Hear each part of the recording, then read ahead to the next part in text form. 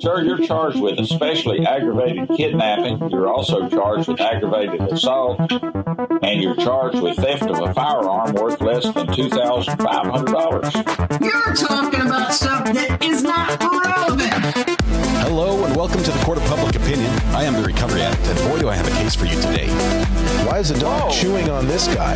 I think they have got the wrong guy They there. got the wrong guy, and the dog was biting him. He roughened him up quite a bit. There's a lawsuit. 9 out of 10 judges prefer watching the Recovery Addict live stream in their courtroom. The fireworks are not done. LJ commentary on the case. Dati mihi Anglican for his service lucky. I didn't ask you to interrupt me. Is that correct?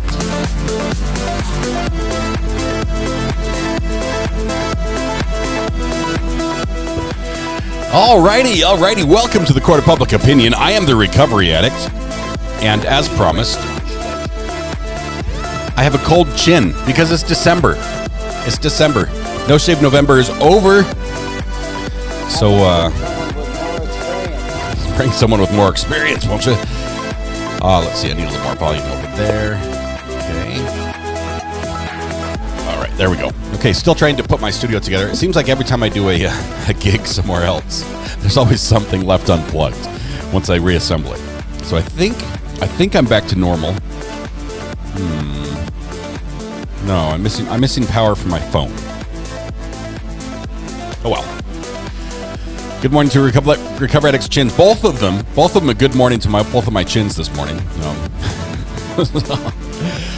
Oh my goodness, it is wonderful to be here. Hope you had a fantastic weekend. If you haven't kicked off the holiday season by now, you're too late. You might as well just give up and wait till next year because it's almost upon us. It's upon us. Bravo Chick, morning RA. Someone stole your whiskers. They are gone. All gone. As my kid used to say when he was little, ogden gogden. I don't know where that came from, but yes, my chin is cold. It really, walking around just feeling the breeze on my face is, it makes me want to, get a little scarf or something to warm my chin. Didn't realize how warm it kept me. And all the spare food, the Flavor Saver feature is gone as well. Creative B says, good morning all, love this channel, and the Pickle Peeps in chat. So glad to be part of this community. Debbie, I've got to get this up on the wall behind me. And by the wall, I mean the wall. It's going to go over here somewhere, right? I'm thinking offset the two, maybe get the feng shui thing happening so it's nice and balanced. It's tricky. It's tricky because getting one up is fine. Getting the other one up and matching it is more difficult. But thank you for that. Speaking of which, oh my goodness, went to the post office. Was it Friday? I think it was on Friday. And wow. Couple things. When are we going to break for lunch, Judge? It's almost time for lunch, but not yet. I have a pair of socks that I want to open right here from Greeners that showed up in the mail. They are green socks, just for the record, which means you can't see them unless I go to this camera. Here we go. Specific sock right here. It's a pickle stocking. I'm not sure if this is meant for the cat or for me. Is that correct? So I'll need a little clarification. Pickle stockings right here. A single stocking. I said stocking. Stocking. I haven't tried it on. It looks like about my size, but I think this is more of the kind that hangs from the Christmas Eve, the Yuletide log, Christmas Eve, the whole setting. Thank you very much, Greeners. Appreciate that. Also had a box from Kay in South Carolina that on the outside said you can't tell what this is by shaking it, and sure enough, I couldn't. It just felt solid, or at least filled. Opened it up. She handcrafted the most amazing, Afghan. Are we going to address subject matter jurisdiction that I've ever seen? The intricate design and everything. I would show it to you now, but it is in use by my wife, and she has claimed it. I think rightfully so. It is the most amazing, high quality, intricate artwork. Wow. I don't know if it's crocheted or knitted because I don't know the difference. I know one uses a hook and one uses needles, but I don't know how to look at the difference. My son says it's crocheted. But I don't think he knows either. So, Kay, wow, thank you so much. That is absolutely beautiful. And I had one more item, and it was in a little box like this. Have them send someone and with more It experience. came from a guy we call Lawn Lumber. And Rob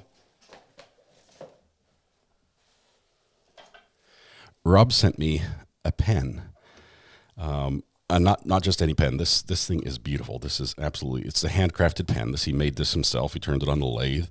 And there's a story behind it. And I have to tell you that Rob, we've talked quite a bit. I consider him a friend. He's a camel. Great mentor to me as well. But he sent this pen with a pen holder as well. And it is absolutely beautiful. But before he sent the pen, he said, I want to send you something. But he talked to me and he asked me some questions. And it was just like, hey, how's it going type stuff. We're talking, getting to know each other a little bit. And he says, I know what I'm going to send you. I know what it is. And if you are ever looking for somebody to get the perfect gift, okay, most of us struggle to find the perfect gift for someone. Rob is the sort of person who knows how to get the perfect gift for somebody. This pen that he made and sent to me is white oak. So the barrel is white oak wood. The reason why that means a ton to me is because I love metal detecting. And white oak is one of the trees that we look for for an old homestead. It's a sign of an old, there used to be a house there. They were planted for shade trees because back in the day they didn't have air conditioning. The white oak was a really strong, huge tree. I mean, it can be 100 feet tall. And they're known for their big horizontal branches that just jut out sort of randomly around. So he did this white oak, and then he treated it with a iron that caused ebonization. So you've got the iron for metal detecting in the white oak. White oak is what we look for metal detecting. This is how we find home sites. So he found the perfect pen that means a ton to me, and he's got a little holder for it here as well. And it's just awesome. Rob, thank you so much. And on top of that, he handmade a card and hand wrote the card, and I'm not sure which means more, the card or the pen. Just incredible. Thank you so much. I'm going to move these so I don't break them right now. Anyway, it was like an early Christmas here, and it's just crazy. I'm good. Thank you. So thank you all of you. So generous, so generous and thoughtful. I appreciate it. All right, we have. Where am I missing? Where's my camera 3? Oh, we have a beep. Let's see. Renee Smitley and Jeff both have birthdays today. Okay, let's see. Renee Smitley and okay, Renee and Jeff. That's how I'm going to do it. So if those are the only two we have birthdays for, we can sing. But it's going to be everybody together. Join in. I like to think this is one of the largest morning choirs in the world right here. So, just about 900 of us. Let's hear it. Ready? Happy birthday to you. Happy birthday to you. Happy birthday, Renee and Jeff. Happy birthday to you. Yeah. That is awesome. Have a happy birthday, both of you, Renee and Jeff. And if there's anyone else that we missed that just right now is just confessing that it's also your birthday, happy birthday to you as well. I realize there are many places you could be on your birthday to celebrate this wondrous occasion, and some of them will even give you free pancakes. Sing louder in the back. Samantha, thank you very much for keeping an eye on those slackers back there. They're not carrying their load. Anyway, happy birthday. Thank you for being here. Thank you. Hope is there anything we could do to make your day a little bit more special? Let us know. All right, we have, let's see, got the RA vibe. Let's go. Beautiful week. Mustang James, I think it is going to be a wonderful week. It is. I forgot to do the count, but I think it's like 21 days till Christmas. I'm not trying to scare anyone, but that's like 3 weeks, and shipping gets a little crazy. So if you're the type that orders things for Christmas or mails things for Christmas, keep that in mind that soon you're going to have to mail them for things to arrive on time. Let's see. Chat not on screen, chat on screen. Oh, that's important because guess what? This morning, for the first time, I believe, Megan Hunter was first in chat this morning. Megan, I completely skipped over you, but I had saved it, but I forgot to go first with you. Megan Hunter, RRT, came in first with morning, which is all you need. That met all the requirements for winning the First in Chat award. Megan, if you haven't won before, if you haven't been first in chat before, just know that the first person in chat every day is awarded the internet, as in we give it to you, so you own it. But it's not really something you can sell or, brag about. It's really just have to maintain it. So anyone else who has problems with things IP related calls you. This is how the internet works. If you didn't know, we are like sole custodians of the internet worldwide, and it keeps functioning because of the kindness of people like you. So today's your day to go ahead and do that. So please buckle up. If your phone starts ringing right now, that's probably who it is. So just keep it running for us. It's going to be great. Megan, thank you very much for being first in chat. All right, let's see. We, Lee, 10 months. Tomorrow's my birthday. Don't forget to do la la la la la. Don't forget to do la la la la la la la la la la. Lee la la la la la. Okay, what's the la la la la? Like the singing part? We'll sing happy birthday, but I don't know where the la la la la la comes in. I don't know that version. Lee, you're going to have to call in and sing it to us so we know it, or teach it to us. Let's see. It's me. Had my last name changed on my picture. Megan Easton. Oh, it was you. Megan. So Megan Hunter and Megan Easton. Are you the same person? Is that what we're saying? Wow. So I see what you did here. Megan Easton, I think you might have won before. You might have a criminal record, and now you're trying to slide in under an assumed name to make us think that you're a first-time offender. Oh, no, says Megan? No? All right, not the same. No, I just want to be first. All right, that makes sense. All right, Megan Hunter, congratulations. Internet's all yours. Oh, the la la la la is the warm-up before we sing. Okay, I can do that. I can do the warm-up. All right, where we are, there, I found the buffer before read the buffer before I needed it. Where we are in the trial today is that we have a bar fight murder trial, and guess what? For the first time in a long time, YouTube hit me with an age appropriateness warning. Basically, it's like half a strike. I got a half strike, which is like 3 balls, right? Fourth ball, no, that's when you walk. It's like 2 fouls. Your third foul is you strike out, right? I forget. I was never any good in baseball, and this is probably why.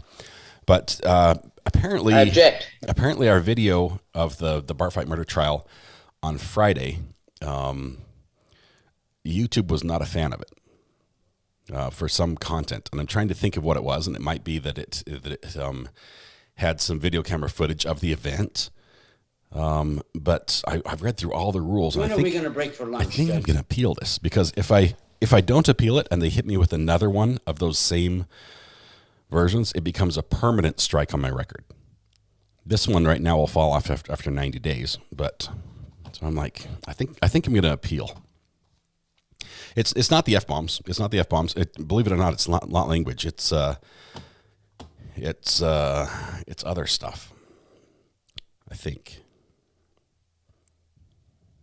I don't know. First 2 fouls are strikes. You can't foul out. Okay. So I had it completely backwards. Divine Creations by Melanie. Thank you for straightening this. I did play softball, like in like a rec league back in the day. It was the weird thing about it was they gave me a jersey, like one of those cool shirts that matched everybody else's, and I need a disclaimer. Okay, I might have to do a disclaimer. Anyway, they gave me a jersey, and I'm not sure what it is about softball, but your sleeves only come 3/4 of the way down. Like baseball is full length or short, and softball is like somewhere in the middle, and so it's neither up nor down. And I wasn't a fan of that, but anyway, maybe that's why I stopped playing. The prosecutor played the video. YouTube hates those. I've got to wonder if anyone else got the same treatment. I could see Thursday getting flagged. I will say this court seemed to be more open to share exact recitations of heated exchanges than other courts, where other courts have toned it down a little bit. But it's crazy. Here's a disclaimer. This video is for entertainment purposes only and may contain sensitive content. I think today's going to be pretty tame, though. We have one thing going on, and it doesn't start for about 45 minutes, and that is, I'm going to have to ask Brandy, because Brandy did cover that as well. I wonder if she got hit with the same thing, or if it was just like random.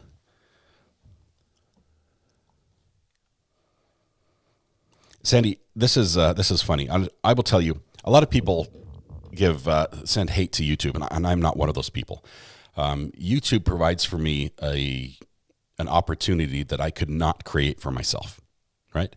What they offer, what they provide, the not just the tool, the infrastructure, but the reach and the ease of use and the familiarity and everything. It is phenomenal. And I love it, and for that reason, I don't begrudge them their portion of what they take. It's fine. It's wonderful. They're earning that.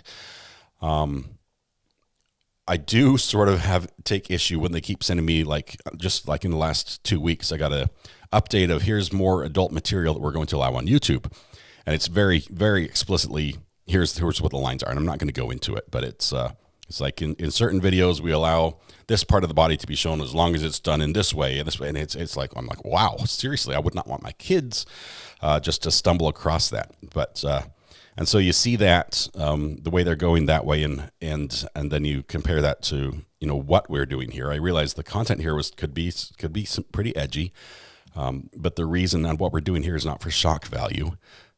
Which seems to be one of the big things on YouTube if it's done for shock value, which it wasn't. But anyway, I might appeal that and see where it takes me. All right. I guess if the disclaimer fixes it, I'll do that. So the neighbor's dog is barking like crazy, which means my cat is probably on the other side of the fence looking at the neighbor's dog. All right. Shark Snack Gulf Coast, 8 months for me. Love you guys. That is wonderful. Thank you very much. Don't realize a disclaimer could protect you. I'm not sure if it's a cure-all either, but I might start doing that. It was the Pompeii joke. Oh no, Adam. The Pompeii joke got me in trouble. It was too soon. Man. You want me to use a crawl to do that? Yeah. I'm not a big fan of crawls. And let me tell you why, Loomis. I used to work in the news industry, and they are so distracting because they either have information that you don't want, and they're saying it over and over, or they have information you do want, and they're going too slowly. And I could never find the right speed or length of message. I write true crime disclaimer is a must, says Vicky Mac. Okay, I'll start putting a disclaimer. Can I just put it in my description? Or do I have to have it on camera? Grizzly has a disclaimer. Mayless, I got lots of messages about that new trial. It's in jury selection today. The disclaimer won't do anything. They want you to age restrict it. Here's my problem with age restricting videos. I don't know where court's going to go before court goes there. I'm not included in the discovery for a trial. If I had everything, it has to be shown on the screen as far as I know. Okay, so here we go. I'm going to get rid of Mr. Man Bun here because he never sort of developed to what I wanted. So dismiss that as well. Let's make a new guy. Here we go. Home, custom, full screen. We're going to call this disclaimer.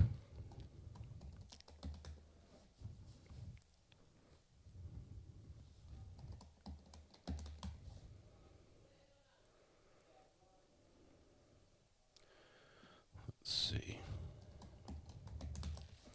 We're making this on the fly. Let's see.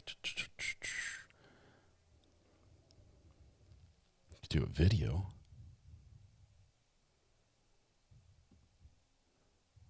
Ooh, that looks sort of cool. How about a violence When counter? are we going to break for lunch, Judge? What's the new trial? There's a trial that's starting in jury selection out of Georgia right now that involves a traffic accident, and the traffic accident is a little bizarre. The gentleman that I believe was at fault in the accident may have been suffering from a diabetic episode, like a medical condition, causes an accident and ends up a couple of witnesses see it, including the one like off-duty officer or something, and then you've got the one of the witnesses as the guy who caused it ends up sitting there waiting for a while and then drives away, and one of the witnesses follows and calls the police, and the police say quit following him, and she follows anyway and ends up like trying to like cut him off and pull him to a stop, and gets out and confronts him, and then there's a physical altercation, including a shot, and the gentleman who had driven away ends up passing away. So it's a little bit of a vigilante revenge, or street justice almost a little bit. Let's see. I noticed on the part 4 of the video in the description there's an age notice. Did YouTube do that? Yes, they did. They did. You can just display it on the screen at the beginning of the stream. Okay, we'll do that. I might have to add it to my intro. If I add it to my intro, maybe that'll work.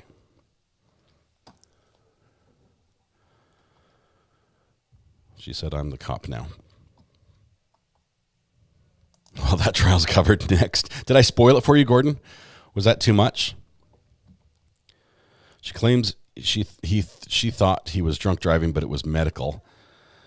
That's the information I'm getting so far, is that's how it went down. Angie says almost a year and a courthouse color change. Woohoo! Next month. I believe there's a courthouse color change. Which one's next? What's our next color? Does anybody know? See, the cops' disclaimer is a little different. Theirs is more focused on guilt and innocence because they're showing people on the screen that have not yet been adjudicated guilty. They've not yet gone to trial. And so they're saying everybody you see on here is innocent. Oh, they say until proven guilty, but they mean unless proven guilty in a court of law. Matthew Harris would be proud of me that I caught that. Steve N says member for, let's see, 3 months and a week or so. Guess I should use this.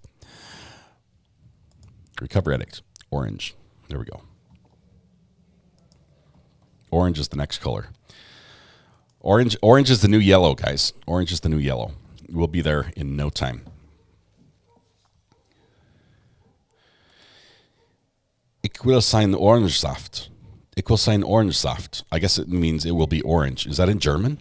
Or is that in... I don't know language at all. It could be Klingon, and I wouldn't know the difference.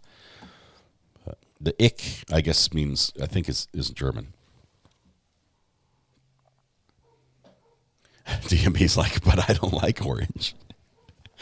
I don't like orange. All right. Let's see. We have disclaimer. I don't like that one. We're going to get this set up. One more month until prison. Orange. Thanks for all you do. Denise Feldman Ersland. Thank you so much. I appreciate that. We're holding tight for trial this morning, so we can talk about pretty much whatever as soon as I get this disclaimer going. Let's see. That's not it. Let's see. I want.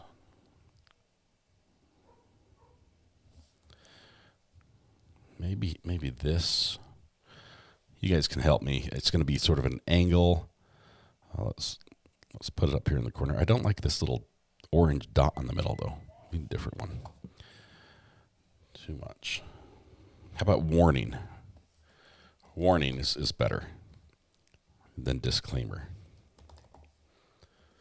Because disclaimer is like, it wasn't me. Where warning is like, hey, watch out. There we go. Warning.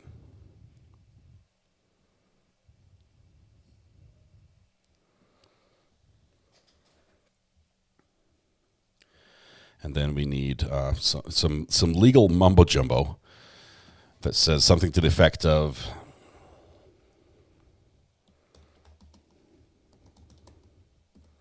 This video contains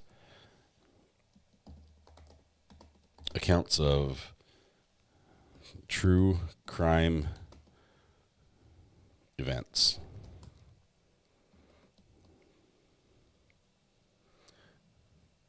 Oh, not a warning. Don't do a warning. It has to be disclaimer.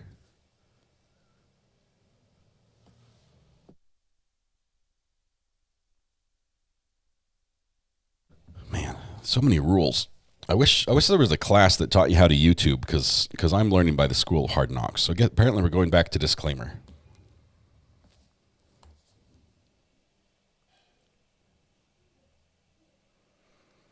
Okay.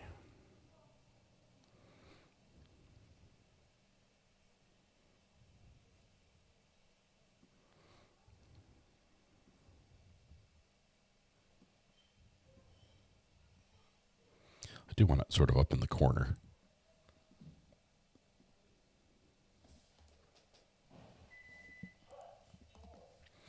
Okay, so let's vote on some wording here. Do we have any suggestion? This channel shows pickles. No, we're not going to do that one. Red pen. Warning may contain pickles.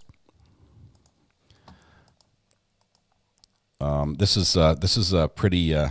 Do we want it to be pretty generic?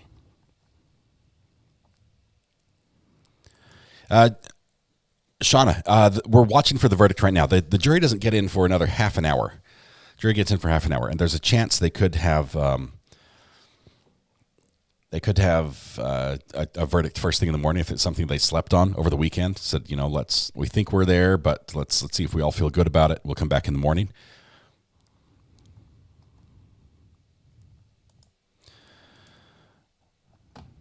Thank you, Beth. Appreciate that. Thank you so much. Okay, so I've got some good stuff. I like the make and trains contain strong language.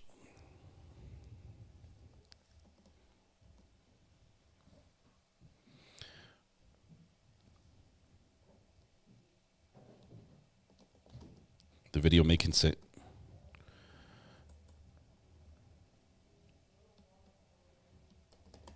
This video contains accounts of true crime events. It may include.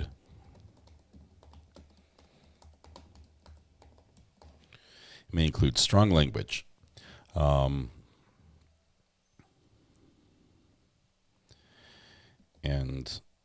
sensitive topics that may not be suitable for all ages. And that sounds like I'm just asking for an age restriction.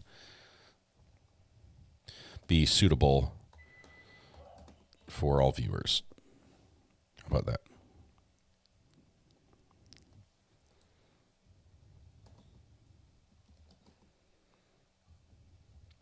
How about this? May not. Let's do.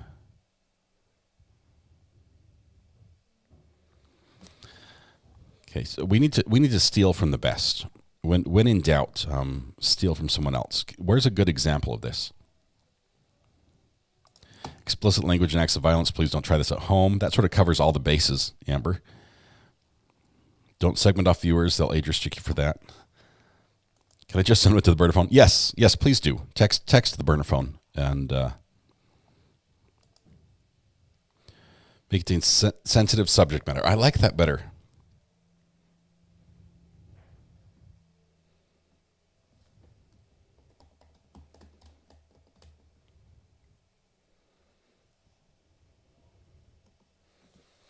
Do I have to say viewer discretion is advised? Or is that a no-no? Are we going to address subject matter jurisdiction? And that it's for educational purposes. Some content might not be suitable for all viewers. That sounds like I'm...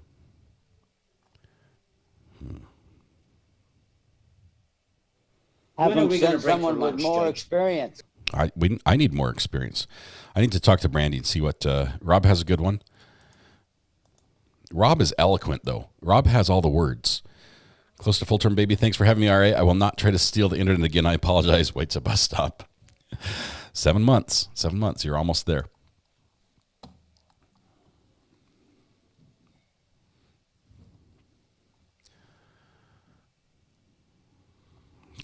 Don't miss the forest for the I trees. think we have some messages coming in on the burner phone. Unseasonably warm the next 3 days. That's a nice message to get. Let's see, check the burner. Don't see anything yet. I might consult the legal minds.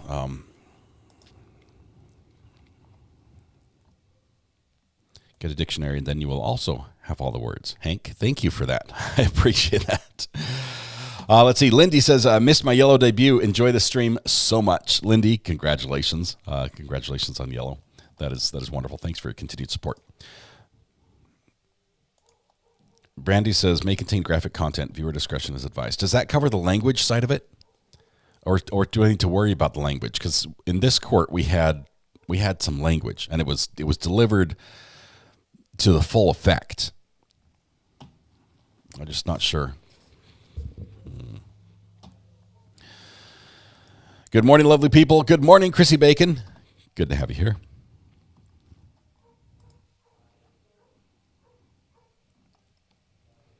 I'm just wondering if do I have to post one right before content is language 2?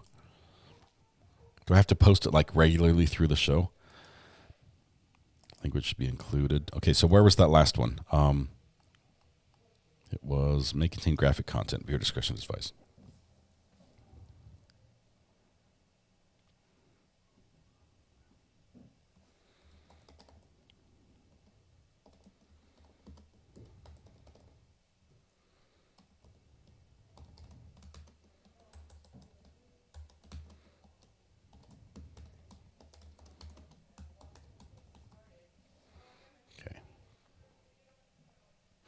How about this video contains accounts of true crime events?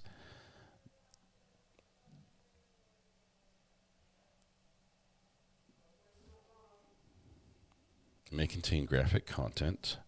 Viewer discretion is advised. So do we want to say content is provided for entertainment purposes, or should I run the news route instead? There's the buffer. Okay, let's see. Some content shown on this channel was not created by this channel. Instead, may be a true crime depiction of events. May contain graphic content and language. Viewer discretion is advised. Amber, where did that one come from? Because that wording is amazing. I'm thinking if I steal it, I might need to give someone credit.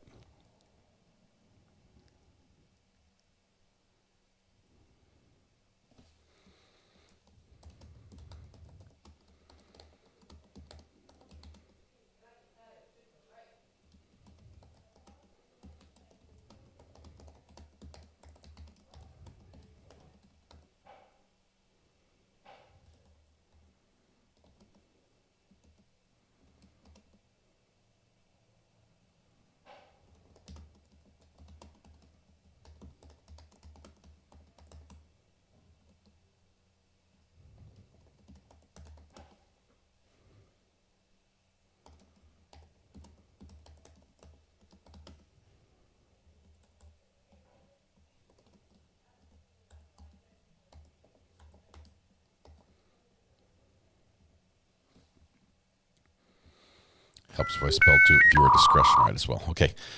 All right. Buffer.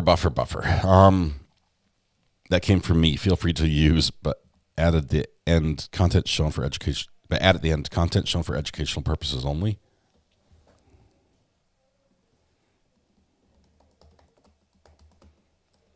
But I'm not sure if it is, because we also do show for news purposes. Like this is something that's happening right now.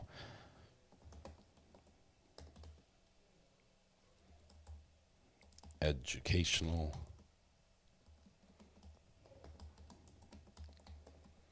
Okay, there we go. All right, I'll start working with that. Thank you for your patience as we work our way through this. Okay, Odemores, I don't know how to say your name. Celebrating 1 month of addiction. I don't plan to kick this habit. Thank you so much. Is it Odemores, or is there a pronunciation guide that comes with your name? Brandy here? Where's Brandy? Did I see Brandy sneak in?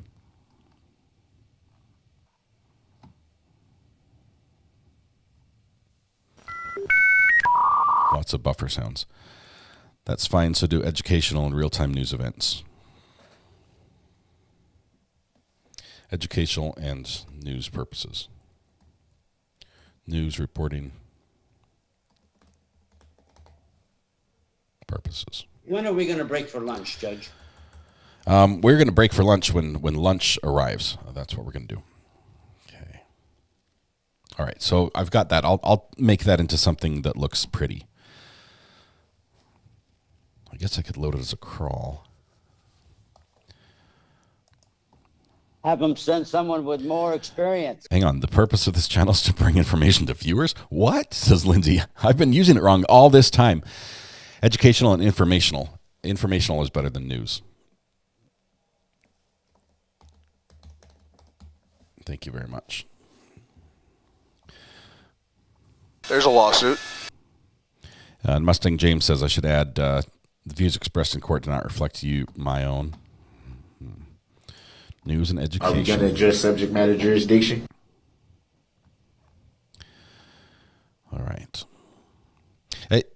Bug Dogger, it's not a true strike. It's a half strike. Where YouTube's, I could read it to you really quickly. Let's see what we have. Give me a second. Let's go. YouTube Studio.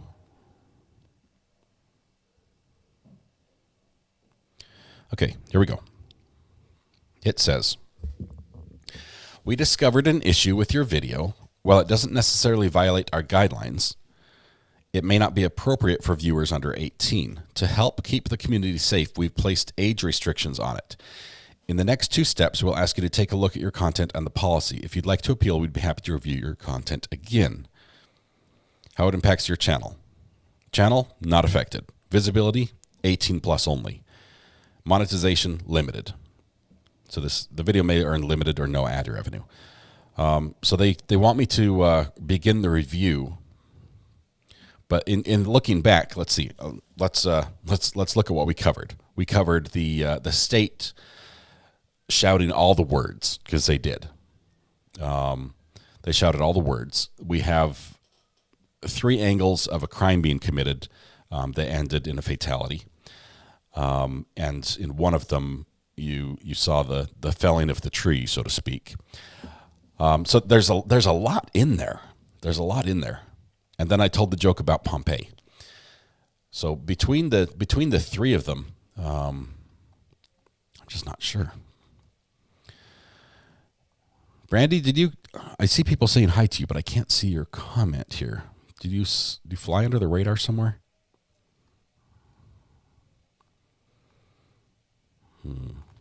She's hiding.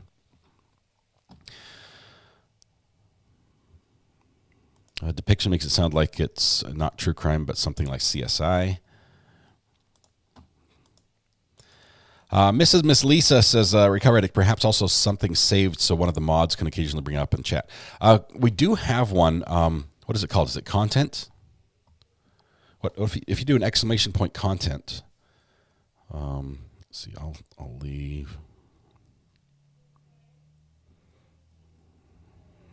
that one.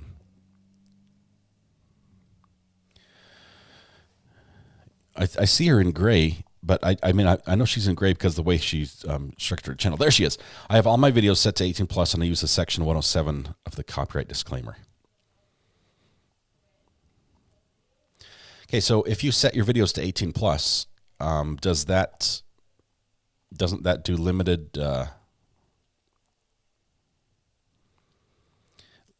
Doesn't that limit monetization?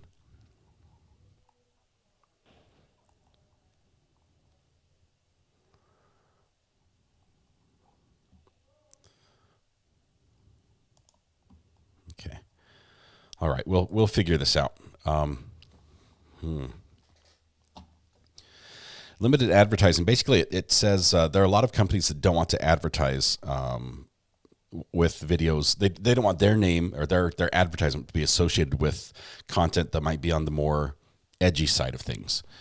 And so they'd rather have something safe that they can connect to.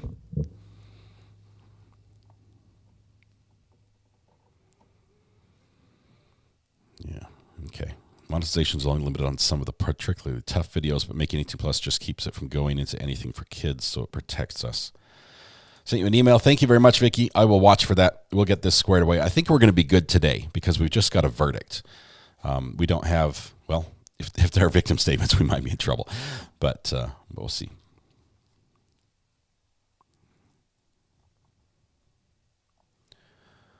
All right. You need to put a warning that this video may not be suitable for anyone under 18.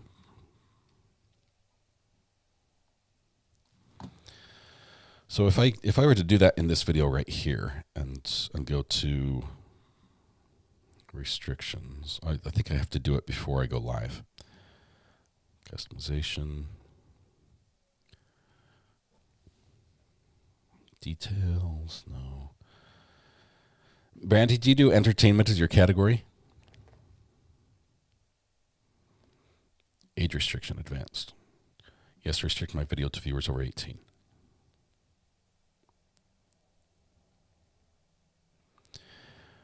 Man, I don't know. Let me think it through. The content command says it all.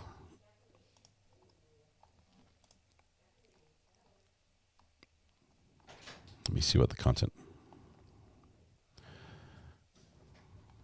Okay. We'll get it figured out. Do you want to be off camera? Okay. Good morning, Mrs. R.A. How are you doing?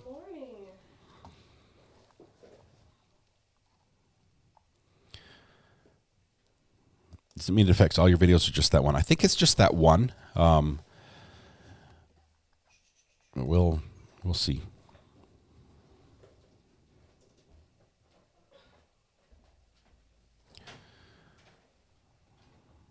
To be fair, I don't think kids should be advertised on this channel like this one. The ads I get are always for old lady bras.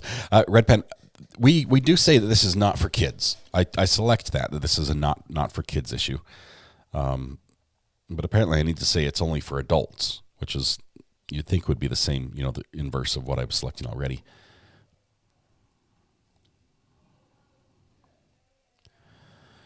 Verdict is not in yet. We're still in deliberation, M. Young. We've got, we expect probably an early verdict this morning, maybe by lunch at the latest.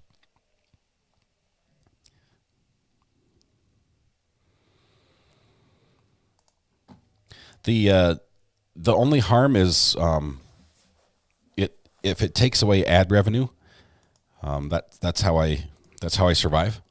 so that's the only concern I have. But I'll go ahead and make some changes here on this to show age restriction, just in case. I think age restriction should cover it, even without a warning. I don't like ads anyway. I don't at all. But they perform a big part of how I survive. I don't think Brandy got the message. She's got a disclaimer and everything, and she was set to 18 over. Mine was not.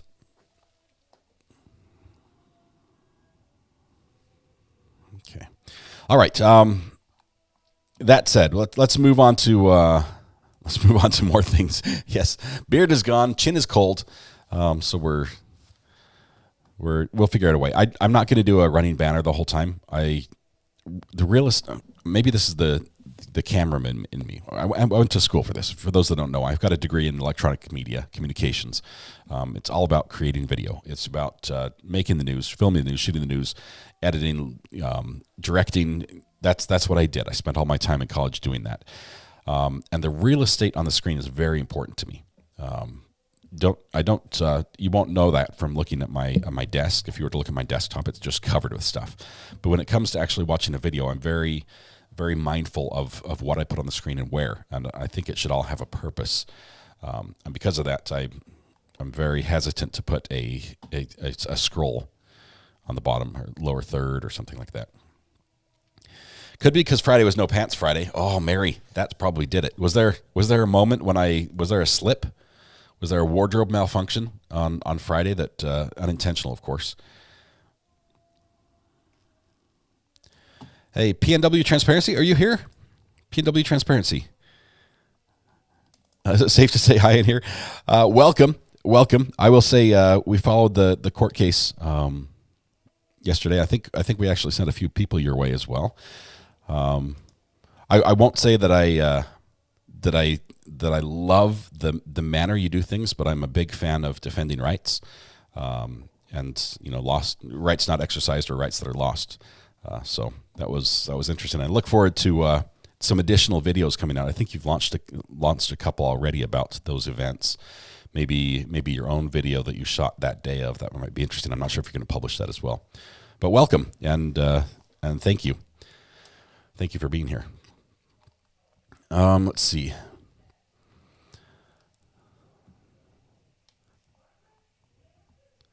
All right. All right. What we're doing right now, for those that stumbled in on this channel just recently, we've been following the bar fight murder trial, which is John Delee. John Delee was the individual who went to the GOAT. Okay, he went to the GOAT in Manchester, New Hampshire. He went with some friends, and there was a group of girls. There was another group of guys. There was same group of girls between two groups of guys. Little bit of back and forth. There was some shoving. There was some talking. There was some bluster and bluff and braggadocio. Well, it ended up in being a little bit of a scuffle inside the bar, and possibly a cheap shot punch thrown at some point. But according to the video I watched, it didn't land.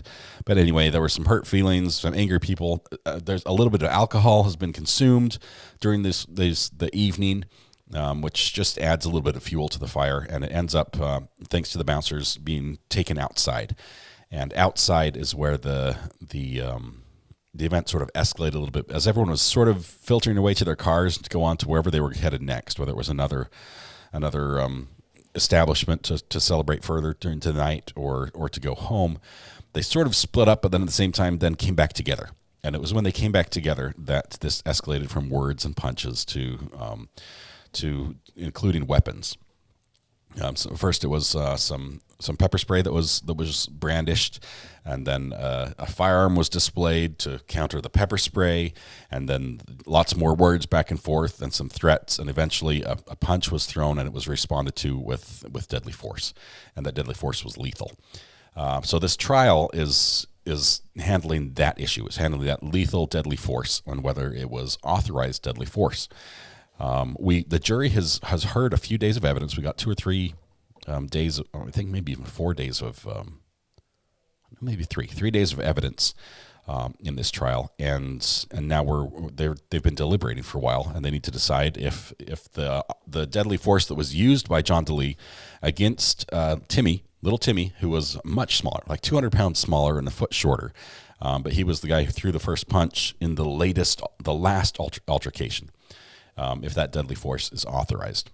And honestly, I don't know where it's going to fall, because New Hampshire has some interesting laws when it comes to freedom and the right to do things. For instance, when it comes to owning and carrying a firearm, even concealed, they're considered what's called a constitutional carry state, meaning you don't need a specific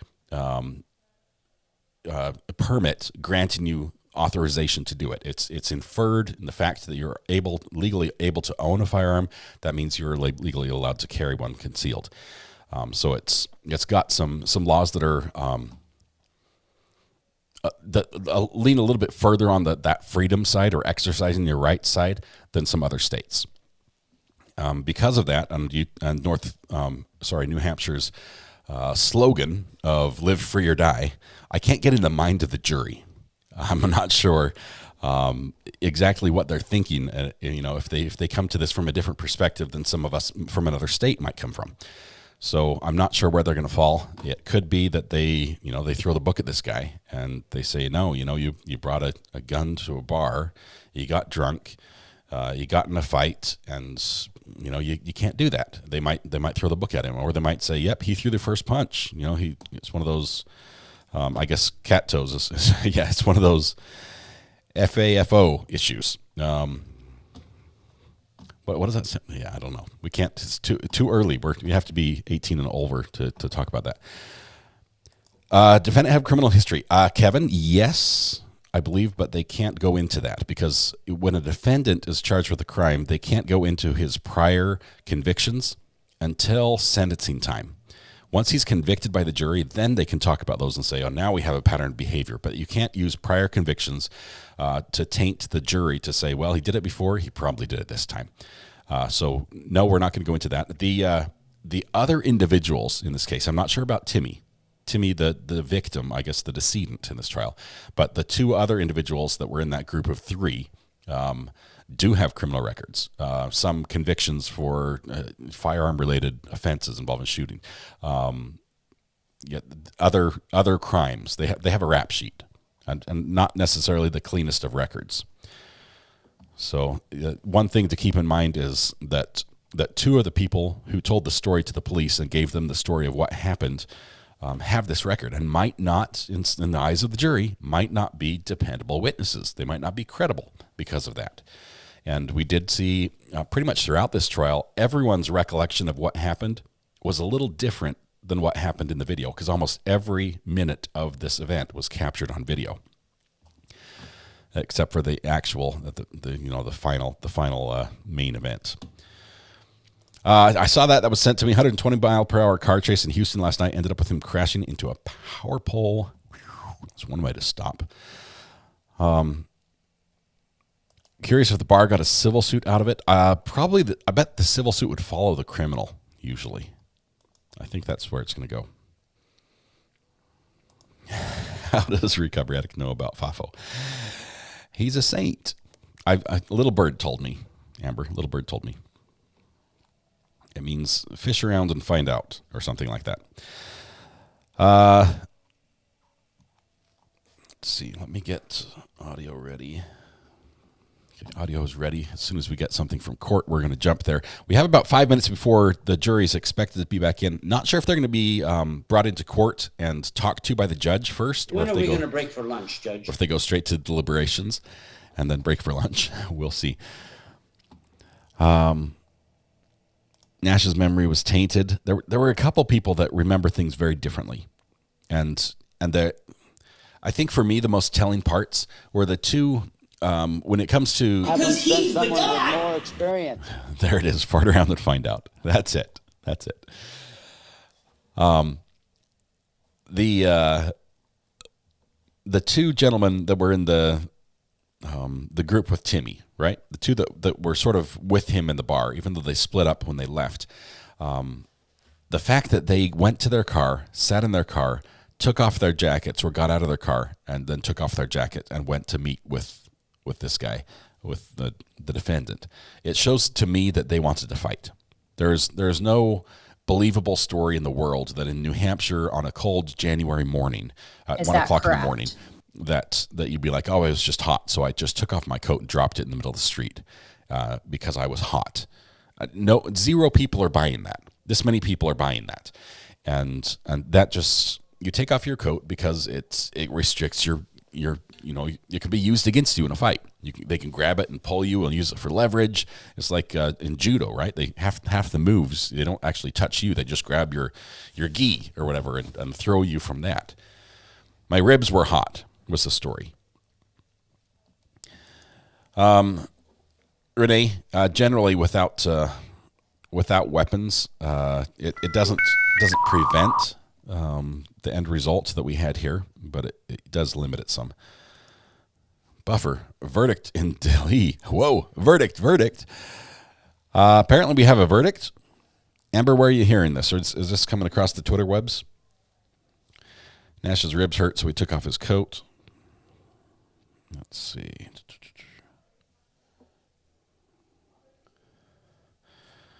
Let's do a quick check before my phone battery dies.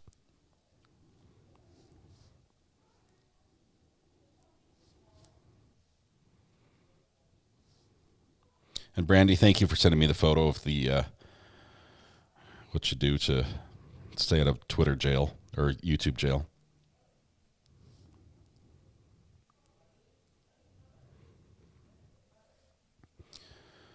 Let's see.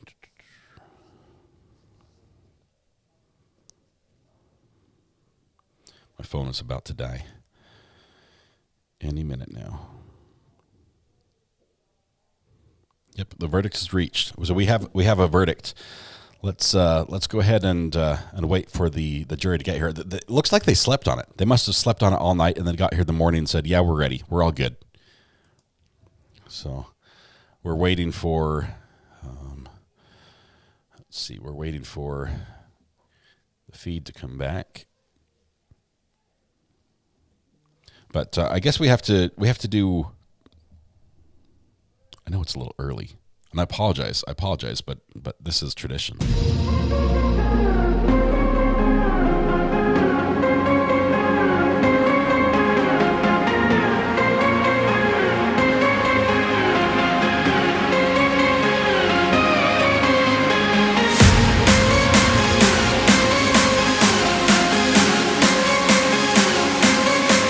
It's time to do air drums too. You need to do your air drums.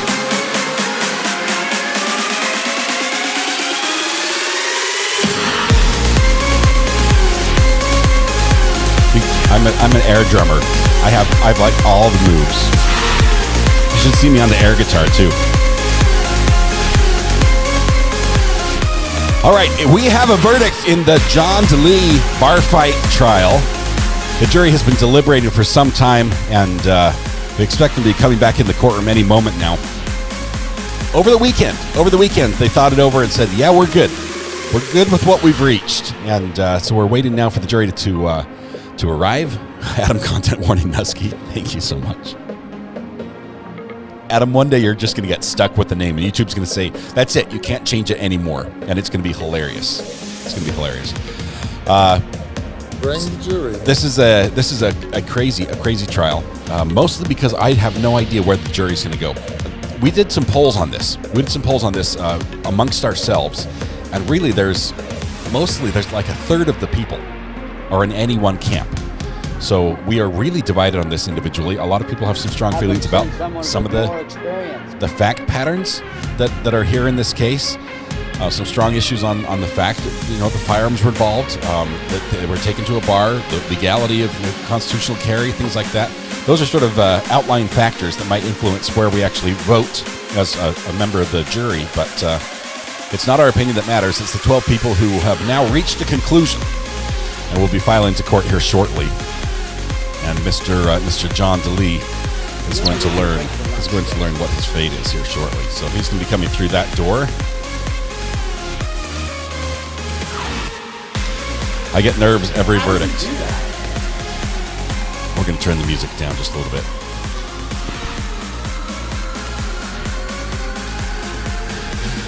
Tisha says, "I still don't know where I stand on this one." Tisha, I think I'm with you. I think what's going to have to happen is I'm going to have to hear the verdict and see how I feel about it, and see if it's if I'm like, yeah, I'm on board, or I can see how they got there, or if it just doesn't sit right. But that's it. Music is too loud. Music is too over now. We're done. Sorry, it was loud, but we do it once per court case. Defendant should be coming in through that door in just a moment. Music is way loud. It was. My bad. Or as Judge Stephanie Boyd would say, my mistake. I object. Melissa says, I don't think the state proved their case beyond a reasonable doubt. There were 3 points they needed to prove, right, if they wanted to get second-degree murder in this one. And the first one was that he pulled the trigger, that John did, and he did. There's no question about that. This is not a whodunit. The second was that he did it knowing that it could cause deadly harm. And the third was what? What was the third point? For those of you that watched on Brandy's, this is like a quiz. When are we going to break for lunch? The third element that had to be met. That he did it with, like, disregard to human life or something like that. I think they can prove all three of those, but the question is self-defense, and self-defense is a defense to a murder charge. believe he's innocent. They followed him up the street. They did. They followed him up the street, and they prepared for a fight by how I view the facts.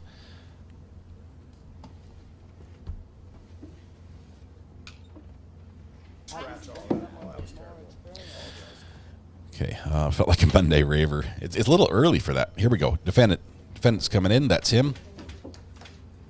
Quick wave at possibly family there in court. It was he knew the guy was going to be there. He was prepared to wave right as he came through the door. A shrug from the lawyer saying, "I don't know what's going to happen either." Yep, we've got a verdict, but we'll see. With the defendant here present, in custody, but not restrained. We're gonna see if the judge is ready, and then we'll bring the jury.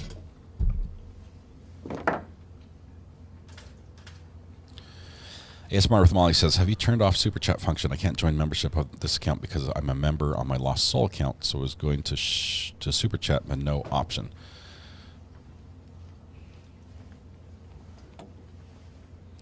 All I did was put it to 18 and over. Does that turn off Super Chats?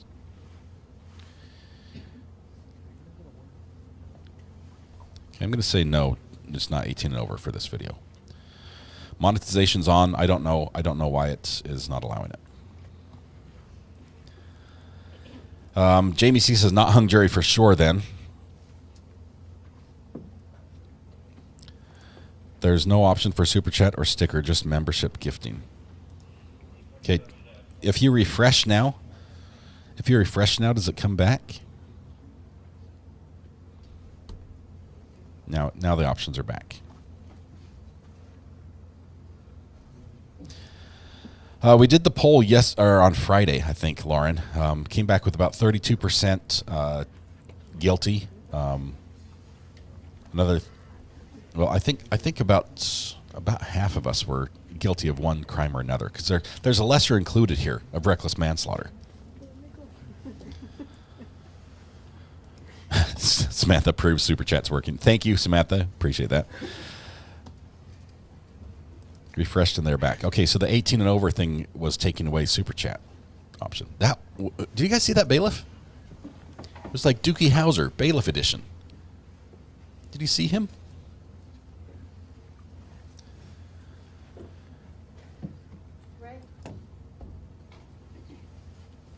Tag, welcome. 11 months. Bailiffs are doing a quick conference out in the hall. I'm not sure why they didn't use the radios to call him, but and that worked. Big love from me and Danny. Thank you very much. I appreciate that. ASMR with Molly. I didn't know this was your other account. Jedi Jen just wanted to say I found you through Rob, and I love your content. Jedi Jen, thank you very much. If you didn't see this morning, I shared that Rob sent me a pen. He made a pen just for me that means a ton to me. He knows that I love metal detecting, and he chose a wood that is very symbolic in metal detecting because it's how we find old home sites. Even when the homes are gone, the trees usually remain. So he chose white oak for that, and it's and used iron process to do ebonization of the wood. And iron and metal detecting, that goes together. So it was a really, really thoughtful gift. I love it. And I want to just set it up and have it so nobody can touch it. But he says the rule is I have to use it. I have to write with it. So I'll be writing get out of jail free cards and excuse from work passes for all y'all with that pen. Just let me know who to write it to, and we'll fill it out. Kiki D says, yay, hi friends, 5 months. Thank you very much, Kiki D. Appreciate you being here.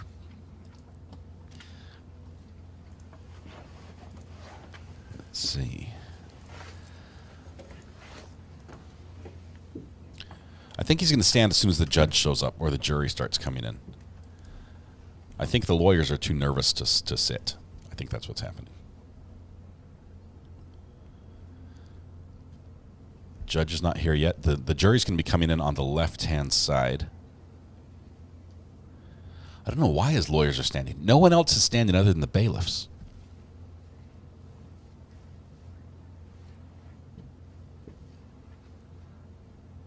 Can you write one to my boss? My cat, that is. Verdict options are guilty of manslaughter, guilty of murder, second degree. There's a reckless endangerment charge, I think, because he fired on a busy street with people downrange. So that's in there as well. There's the not guilty, and of course, there's an option for them to be hung. But I'm surprised that they would come back this soon with saying they're hung. Lulu, this is a tough case. 8 months have flown by. This is a tough case for being a relatively short one compared to what we followed, say, like in the Maya civil trial. Not a lot to go off of here. And probably one of the most interesting facts in this case is that is the judge wearing shorts? Oh, here comes the judge. One of the most interesting facts is the defense called the two people who were in the fight against him as witnesses. The state didn't. It was really, really interesting. Okay, let's see what's up here.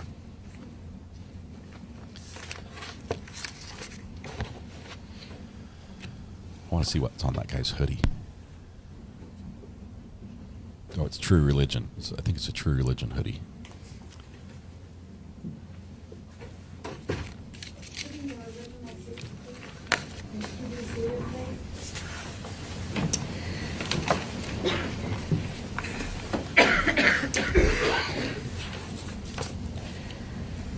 Mr.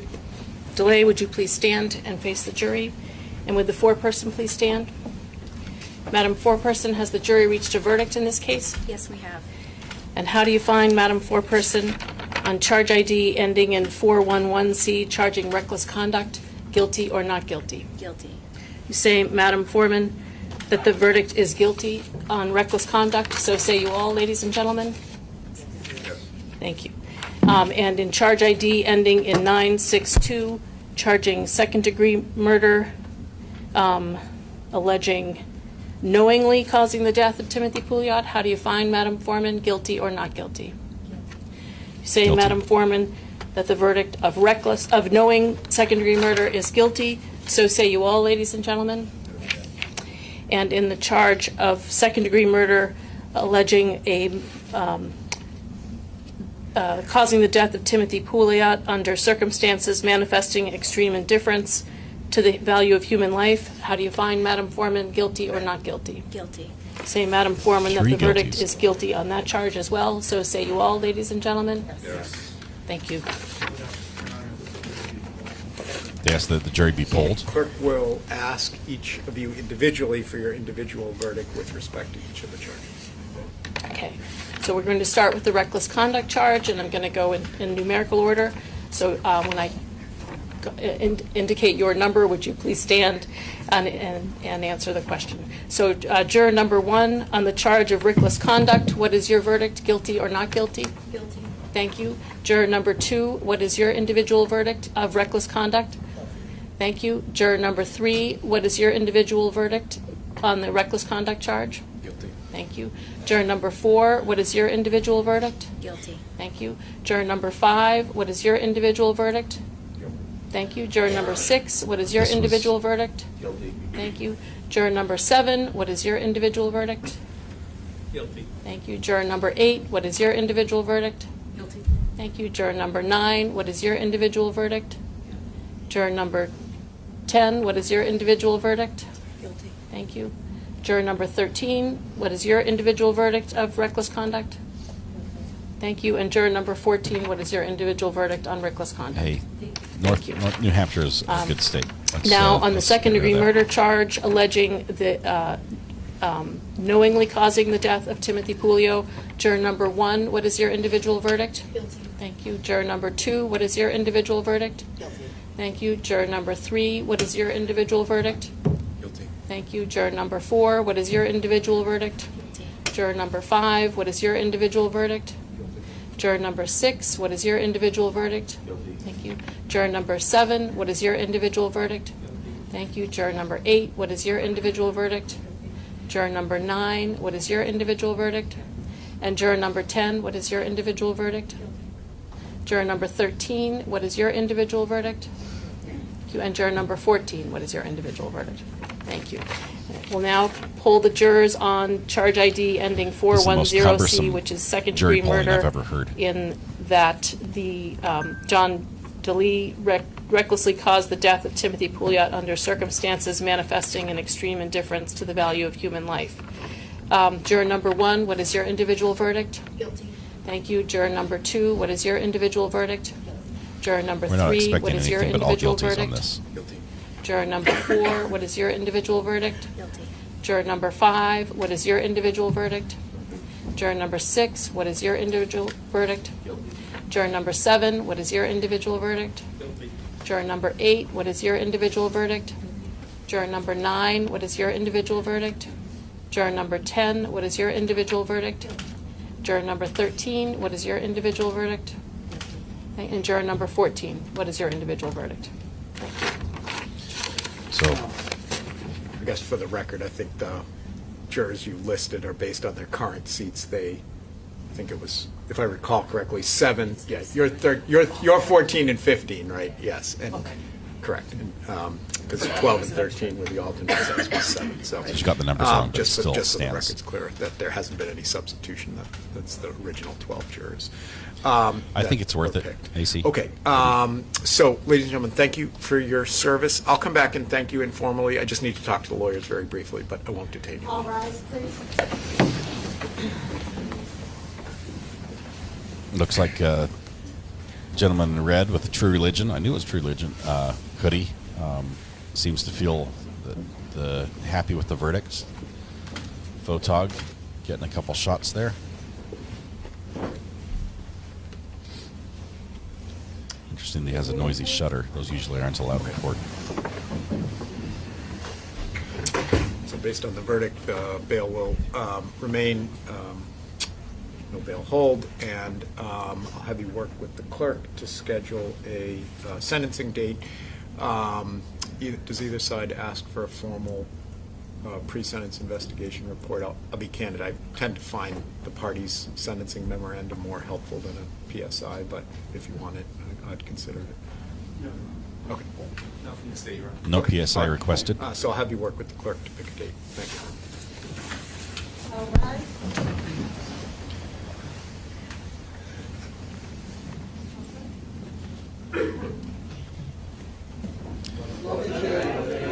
Hey, you're still alive, buddy. There's light at the end of the tunnel.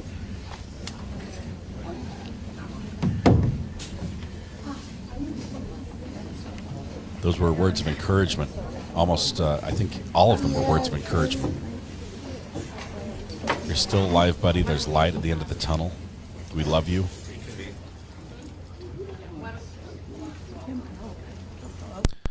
But that's where it ends.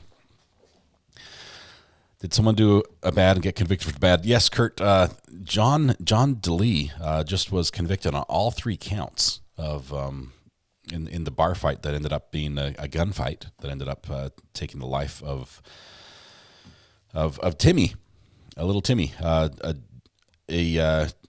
fellow bar patron that was 200 pounds, smaller than him and 1 foot shorter. Just a complete mismatched fight, but Timmy did throw the first punch in the latest altercation. I wonder if the jury, I'm not sure if we're going to hear from the jury, but I wonder if the jury looked at this collectively as one event, or if they broke it down and said it's actually separated here, here, and here. Or if it was just one main event. Interesting, because if you only had, if the entire evening went like this, if the entire evening was they went to the bar, they were drinking, there was no altercation, there was no girls, there was no back and forth between this, and as they were leaving, words were said, and this was the first event, and John is walking away, walking up to his car, and 3 people come to jump him, and he shoots the first person that jumps him. Would that change the outcome? I think that would definitely be different. But it looks like the jury possibly believed the testimony from the 2 the victims' friends. Let's see here. We've got I think I didn't want to miss this. Joe Shellock, welcome to the gallery. Thank you very much for being here. Also, Steal Your Heart, Susan B, gallery member as well. Thank you very much. 10 months of support. Appreciate that. I told you I'd have to listen to the verdict and hear it. I'm sort of surprised, but at the same time, I'm not surprised. And some of you brought up why maybe the jury felt this way. I think the nine shots in the second and a half, that was too much. And I think in New Hampshire law, a threat of force has to be met with reasonable force. I believe that's the way the law goes. I'm not a big fan of that. I believe if you threaten somebody, I should be able to remove you from the gene pool. That's my personal belief. But the law doesn't support that. And so I'll say I think that came out too strongly, what I just said. I am not a fan of the law that says that you are only allowed to use the same amount of force that someone else is attacking you with. If someone else is breaking that boundary and crossing that personal space and causing injury, I should be able to use whatever force I need to stop that. And if that exceeds the force that they are using to attack me, I think that should be allowed. That's probably a better way to put that. He didn't stop shooting. He did, well, Princess Buttercup, he did stop shooting. He had 17 rounds available to him, and he shot 9 of them. But he did in a second to half. So the video evidence was very hard to argue against. If you slowed down the videos from the time from swing and shots, it wasn't there. Listen to learn. I think this is also a strong point, and I'm wondering why the state didn't do this in their presentation. Because in the brief time that we saw, and there was only one angle that really caught this, and it was off in the distance, but the brief moment between the motion and the muzzle flash was so short that unless this guy has like the quickest draw in the world, it was hard to imagine that it was responsive. It was almost like a joint thing happened at the same time. And I think there was a little bit of testimony. One person testified that it was about the same time. His words and tone of volume spoke volume for me. Lay, I apologize. I discounted that. In my mind, as a member of the jury, I looked at the believableness of the witnesses and the two friends, and the fact that they, in my opinion, lied about why they took their coats off and what their intent was. They were going up to shake his hand. To me, it's like you can't say, "Oh, we were angels and he was the devil," and paint this picture when you're clearly doing things that only happen for a nefarious purpose.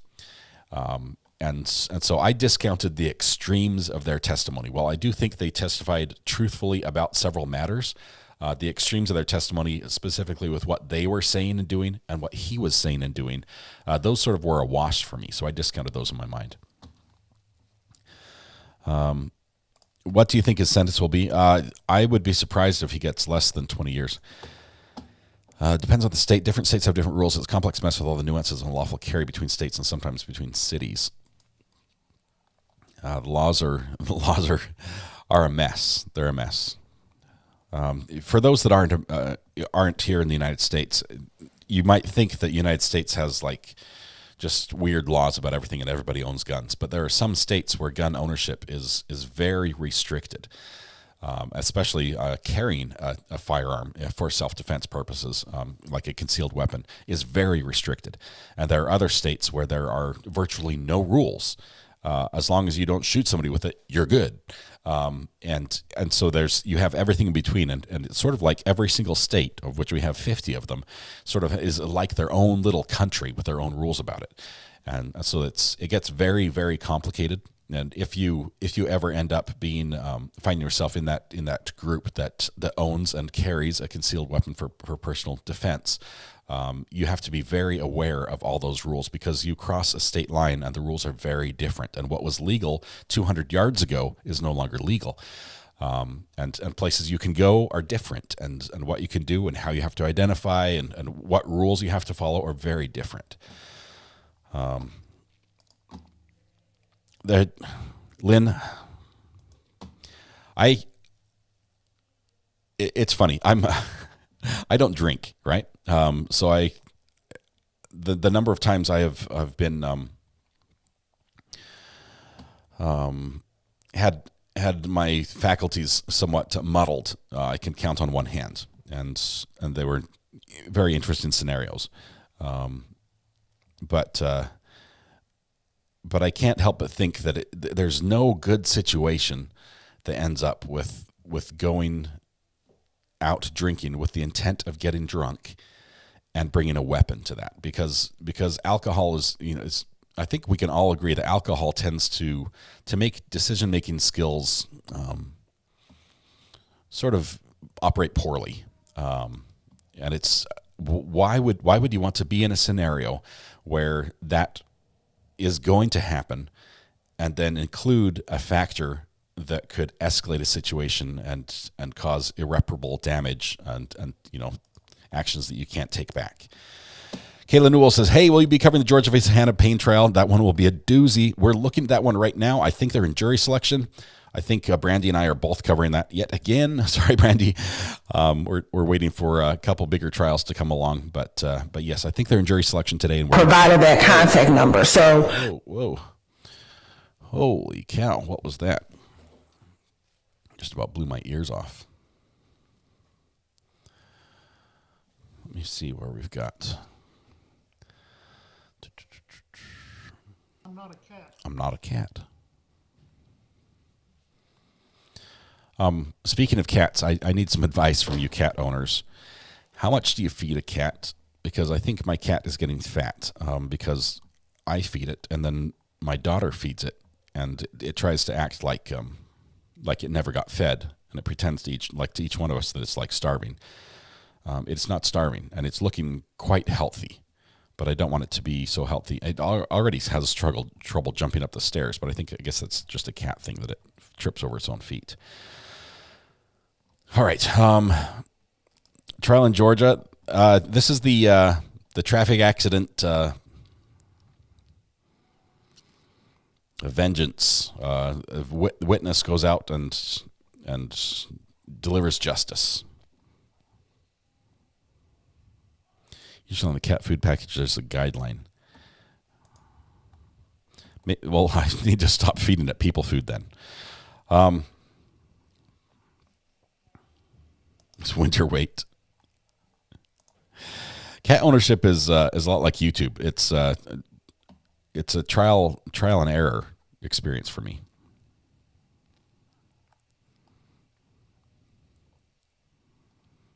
Once a day for outside cats, or not at all. I'm afraid it will claw its way through my house, like through the window, if it's a not at all. Quarter cup in the morning, quarter cup in the evening, dry food. Okay. All right. So now do we know when the sentencing date's going to be? I don't. The judge will probably set that date. It will most likely be within about a month if they're not doing a pre-sentence investigation. And then we'll find out. We'll probably will not be covering the sentencing. We'll just announce the result when it happens. Let's make a visual chart, fed or not fed, so she knows. The cat's not fat, it's fluffy. I have do you guys know what those little those round, it's like a hula hoop with a rope spider web between it, and it's on 4 ropes and it swings. We have one of those swings, right? You can buy them at like Sam's Club and Costco and things like that. We have one of those, and it's mounted where normally we would have a chair, like a bench swing. It's mounted on our deck, and it's that rope thing is like the perfect place to lay for me, so I can lay down and put my neck over the other side of the hula hoop, and then like just extends my back just a little bit. It's like a little personal torture device, but it just relieves pressure on my spine. And so I lay down on that, and I can just touch my feet to the ground and just swing just a little bit. It's very relaxing. Until the cat sort of just and it suddenly like claws down on your chest.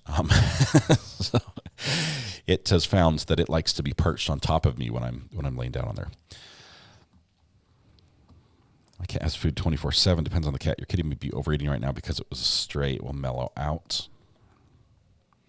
had a little cat scuffle. What is a kerfuffle? The other day, a neighbor's cat came over, and there was a little row, row, and then a fur ball, and then row, and then they ran apart. Christmas lights are indoors. It doesn't play with the ones on the outdoors. Nope. Not feeding it many treats at all. I was at the vet. What was the verdict? Carol, it was guilty on all counts. Guilty on all counts, and we're waiting for sentencing probably in the next month.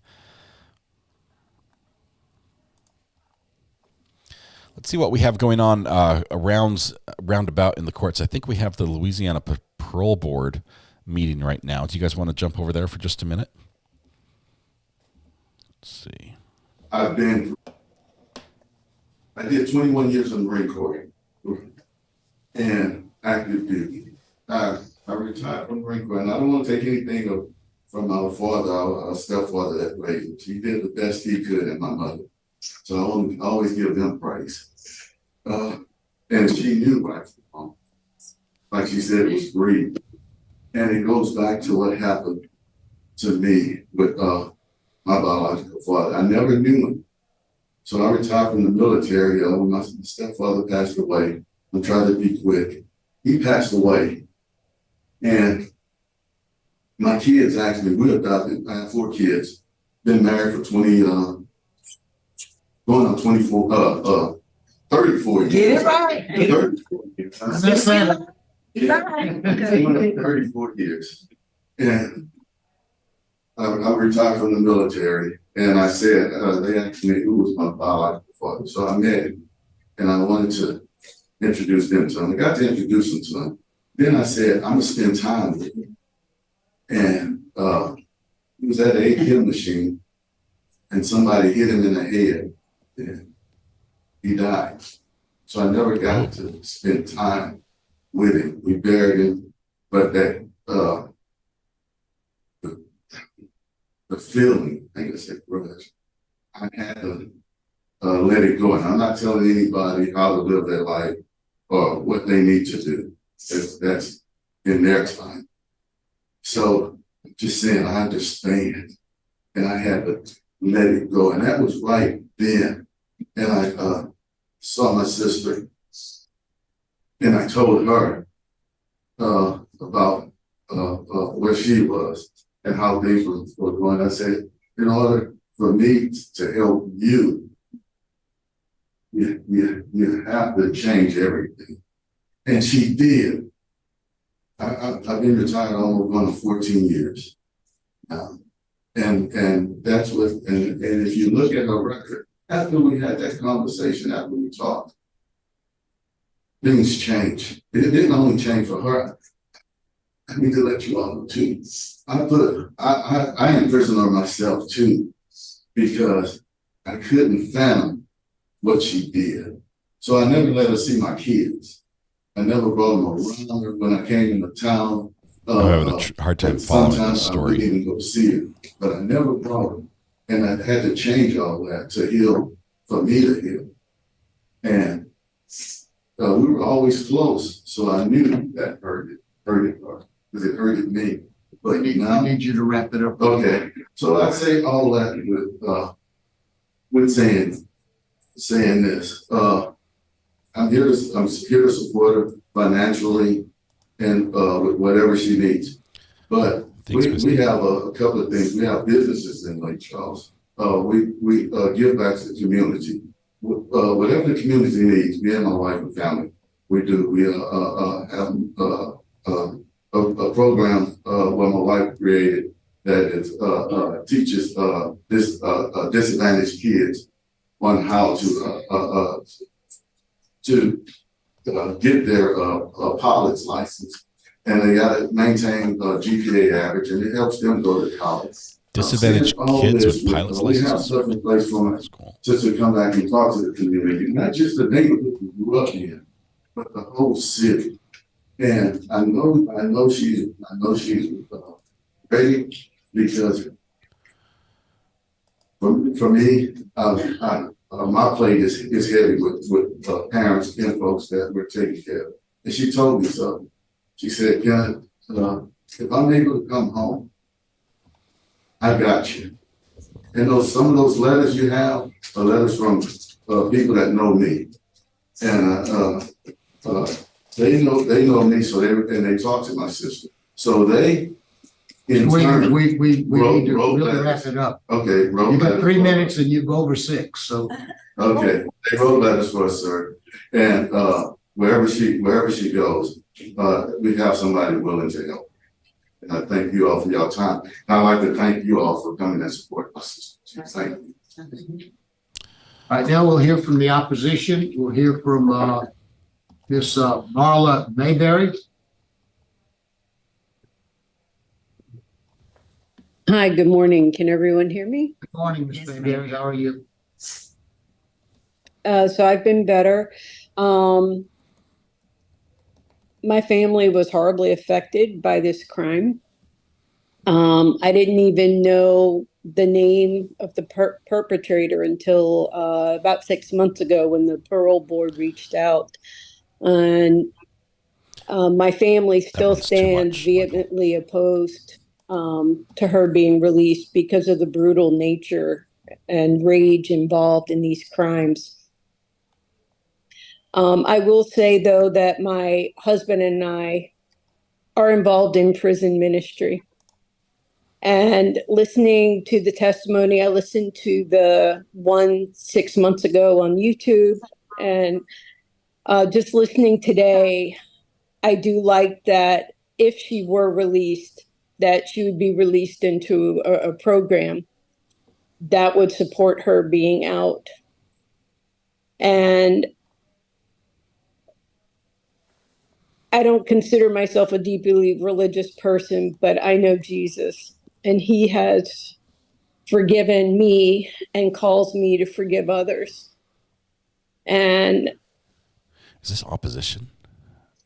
And I just want to say to Deanna, I can't believe I'm saying this, but I feel God's love for you. And the best thing I could hope for is for all of these things to be turned to good, because God allowed this incident in my family to happen. I recognize that. And I know that he can work good out of bad. And I know he can do it in my family. And I pray that he can do it in your life and in yours, but the results, are his. And I'm willing to release my opposition because I know who God is, and he's in control of all things. This is very hard. There's wounds that I've lived with every day since, and my family has. But I know God's ability to heal and to continue to heal. What we have here is, so I pray for that for my family, but I pray that for you. The woman Deanna. Speaking is a family member of the victim. And that's all I have to say. And she's Thank you, Ms. offering forgiveness we certainly to the perpetrator. appreciate your wisdom and the compassion that you've had here today and the courage that it takes for you to say those things. So thank you very much. Right, thank you. We'll now hear from Karen McClellan. Ms. McClellan. Ms. McClellan? Good morning, Karen McClellan on behalf of the state. We're here in opposition. We weren't able to speak with Ms. Mayberry, but we have spoken with other members of the family who are vehemently opposed, as she mentioned. I think the fact of the case is that Ms. Lyles was an elderly woman who was partially paralyzed. She befriended Ms. Haywood. She, let her into her home. She trusted her with items she donated to her. And in repayment, she was stabbed and brutally murdered in her own home. And I think that is just, it brings into question when someone says that they don't have a drug problem, they didn't have an alcohol problem, no mental health history. Why? Why would you brutally do that to someone who was actually helping you? And that is the biggest question that needs to be answered, and I just don't feel that there will ever be an answer. I understand that, you know, she stands, that she says that it was an issue, an addiction to greed. I don't know how to treat greed. I don't know how do you treat greed? Judge Marabella, you were a drug court professional, you know, drug court for many years. There are NA programs, there are AA programs, there are Celebrate Recovery. How do you treat greed? How do people of Calcasieu know that when she's released, that we won't have an issue of greed again? This was rage.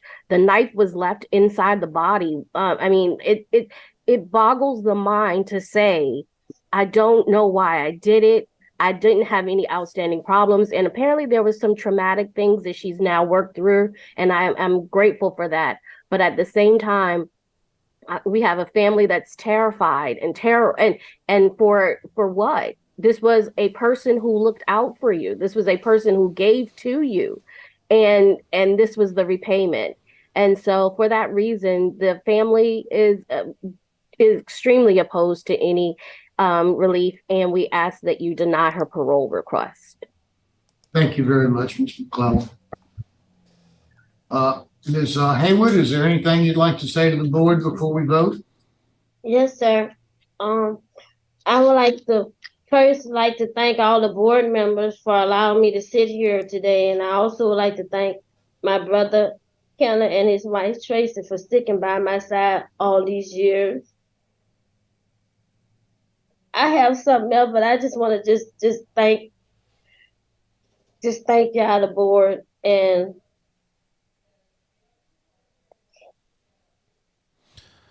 no apology. And I just pray that y'all look at me for the person I am today and not the person I was when I was 19. That's it. Thank you very much, Ms. Board. Ready to vote? Well, I had asked you why I should vote for you. You said you was going to tell me. Is that all you wanted to tell me? I had a whole list, Miss Wise, but a whole sheet of paper. But all right. I just wanted to be sure. I can read it. I have been incarcerated over 32 years, and at the start of my incarceration, I was disobedient and defiant. But over the years, with support and guidance and determination, I was able to turn my life around, get in classes, help others, and give back to my community. Even though sometimes it was difficult, I refused to look back and fail, but not just fail myself, but the few people that believed in me. When others pushed me away, I turned their back. In November 1990, I made the biggest mistake. And it affected my life and the ones around me and Miss Lyle's family and her friends. I chose the wrong path, but with prayer and classes that I've taken out, that's not an option anymore. Thank you. Thank you. That answers my question. That's all I had, Chairman. Thank you. Ms. Haywood, is there, well, we've already spoken. Board ready to vote? Yeah. Yes.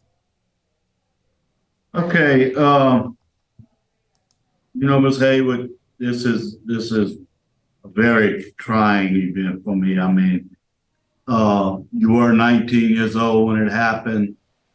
You've done wonderful in prison, but I mean, the lady was disabled and she was there just trying to help you when this crime was committed. You know, the warden speaks highly of you. You've done a lot of community service, took a lot of classes. You have a ton of outside support with your family and friends. The victim, I really appreciate you coming forward and giving us the information you gave us. It was heartfelt and it made a difference in my decision. So today I'm going to take a chance. I'm going to grant, but I'm going to put some pretty serious conditions on you. I want you to have a curfew of 10 to 6. I want you not to be able to leave that center that you are going to. without the permission of your parole officer. So I want the people that are working with her to keep in close touch with the parole officer. If we're having any problems whatsoever, I want the board to know about it. And I want you to talk at youth risk. And I hardly ever offer that, but you were 19. You know, you're given a second chance, which is a big one to give with the nature of the offense. So that's my vote today. Thank you, Mr. Freeman. Ms. Wise? Ms. Haywood, this was a horrible crime. We, as a part of this board, that's what we look at. You did a great harm. You've healed, and now you're helping others. We can't expect anything. I cannot expect anything else from any human being, and you've done that. So my vote is to grant as well, and I concur with the special conditions set forth. With one added condition, I would like for you to do a research paper on greed, and get that lined out. And then when you start making presentations, as Mr. Freeman said, to youth, you go ahead and have that information. Go ahead and start doing that research on greed, and it's going to lead to other factors. And go ahead and write it out so you can give these, because this young generation now, they need facts. They need to know that you know what you're talking about. More than a feeling, you need information, and then you can also, because of course you're going to tell them what it led to if it's not controlled. Best wishes to you, ma'am. Thank you. Thank you, Ms. Wise. Ms. Haywood, I echo everything that my colleagues have said. The crime itself is senseless. We see a lot of horrible crimes here. This is, this lady was stabbed horribly. Mr. Freeman asked you about your mental health. I was very concerned about that. I guess sometimes there's no real explanation for why horrible crimes are committed. In looking at your whole body of work, and that's what we're supposed to do. It looks like you came into prison with a lot of issues. You got in a lot of trouble. You had a lot of write-ups. But at some point, you turned it around. And I thought you did an excellent job with your interview today. I thought you were very honest with us. Done a lot of hard work while you've been in prison. I echo my colleagues. I'm willing to give you a chance. I likewise would be to grant all of the reasons as outlined already, and with the conditions as outlined by both Mr. Freeman and Ms. Wise. So good luck to you. Thank you. Would it be okay if I tell y'all Merry Christmas? Yeah. Merry Christmas. Merry Christmas.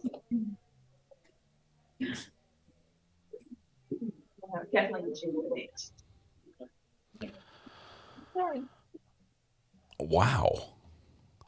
I have more of a negative feeling about that than I do about the verdict we just watched.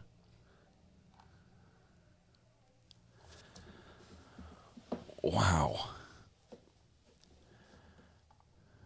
And I realized we came in late, but we caught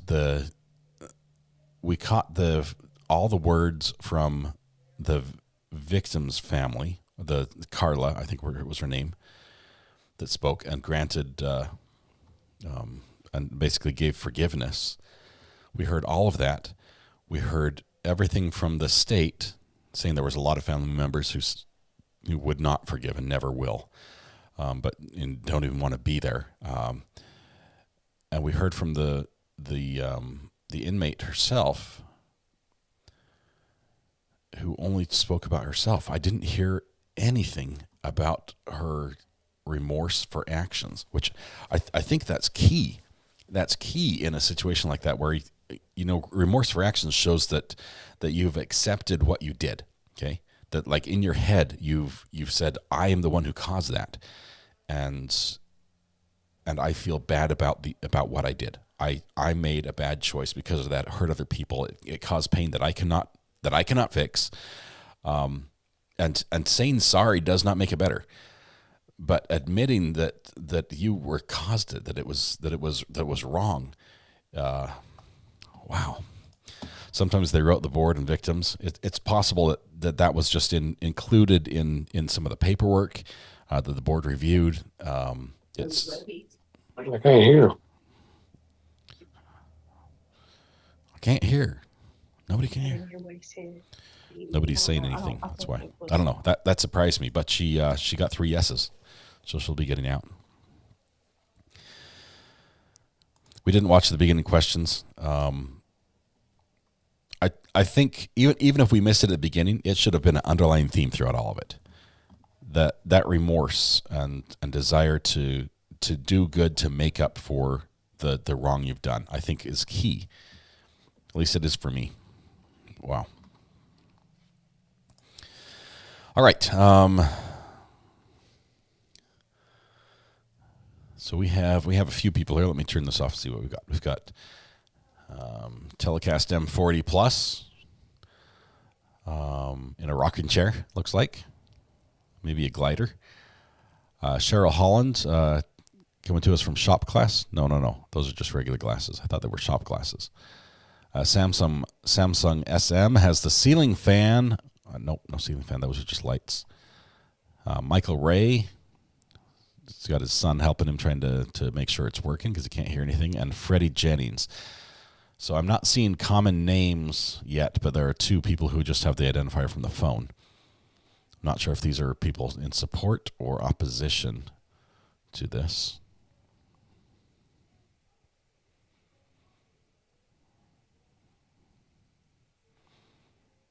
Oh, there's a ceiling fan. Telecast Tech Tadas. There you go. I can't read it. She's got the ceiling fan, top right corner. Can you hear me now? Justice must also always be tempered by mercy. 30 years is a long sentence. Perhaps mercy should win this day. Yeah, it did. It did, and that was powerful. Where the victim's family said, "Hey, it's been a long time, and it feels weird to even be saying this, but I forgive you, and that I'm going to let go and say that you maybe deserve another chance and to make some good out of what's happened." And I think that was, as they said in the first vote, that was what changed his mind on his decision.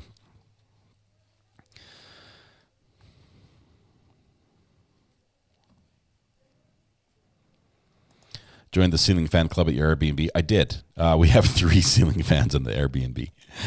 So I'm a big believer in the Airbnbs.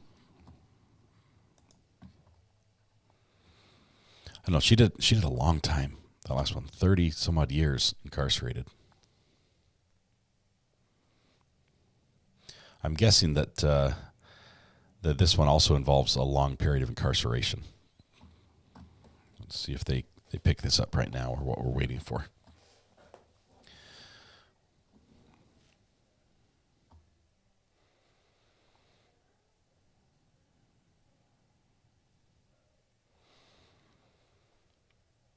So Michael Ray, Freddie Jennings, Cheryl Holland.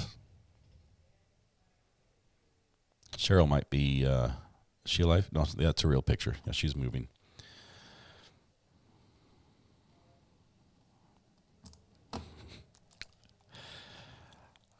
I love the ceiling fans as well, but the air conditioning and heating in there is phenomenal, and it can just adjust to whatever you want just as soon as you want it.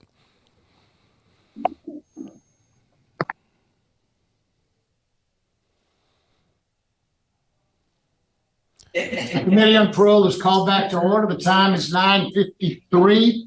Our next case is Ms. Kathleen Jennings. Ms. Jennings, would you please give us your full name and DOC number? Yes, sir. Kathleen Jennings, 468-423.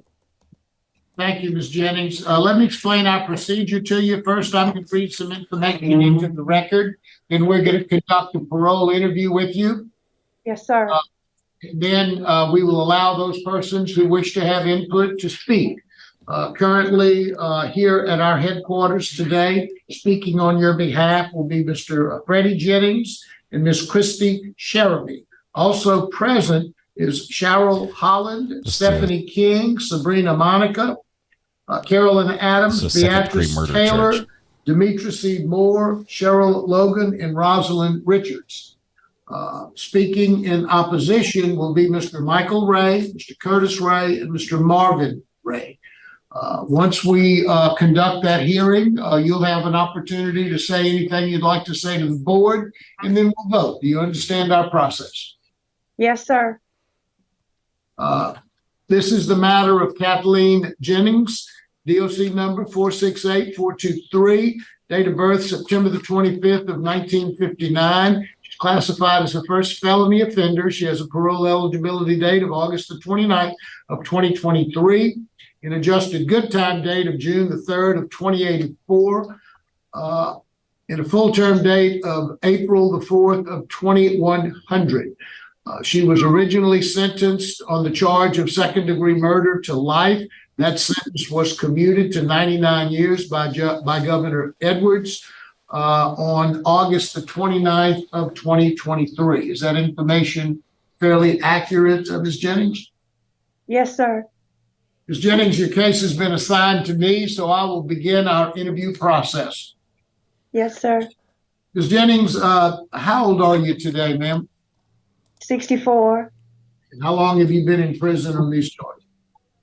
22 years.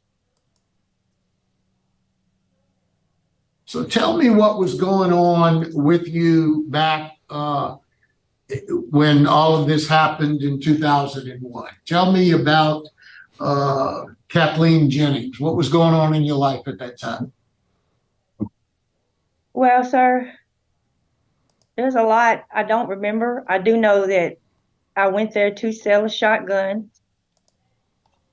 Well, I don't necessarily want to talk about. I don't necessarily want to talk about the crime at this particular point. Yes, I'd just sir. like to know what was happening with you. Were you working? Where were you living? I'll ask the questions then. Yes, sir. I wasn't.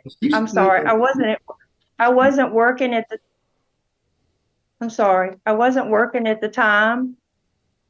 And I was living in an apartment. Yeah. She's right. She was 2001. This is 2012. The crime happened in 2000. Okay. Office date. Were you working? 2012. She said no. Sir, I was unemployed at the time, sir. Oh, Kathleen yeah. Jennings.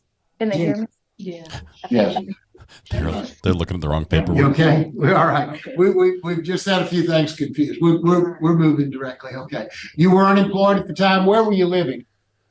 I was living here and there, but I was living with a guy at the time. Were drugs or alcohol involved in this in your life at that time? No, sir. Have they ever been involved? No, sir. So tell me what happened. You talked about the shotgun. Tell me a little bit about how this crime occurred. I've read the police reports. I've read your statements.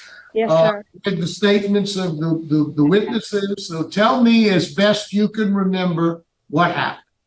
Yes, sir. I needed money and I went to Mr. Ray's place of business. I went there to try to sell the shotgun, but I ended up shooting Mr. Ray, taking the cigar box of money that was under the register. Now, how did you end up shooting him? Sir? How did you end up shooting him? He wasn't going to buy the gun. And I was just, at the time, I guess I was just desperate. And I went and I shot him. I took the cigar box of money that was under the counter. I left. I went and threw the gun away. And I went to the store and called the detective I knew and waited on them there for them to come and get me. What about the stabbing? Well, as far as I can remember, he was grabbing on me, trying to grab a hold of me and holding on me, and I panicked, and then that's how I cut him. What did you cut him with? I always carried a knife on me for protection, so I always had it on me. What kind of knife was it? Was it a folding knife or Yes, like a, yes, sir.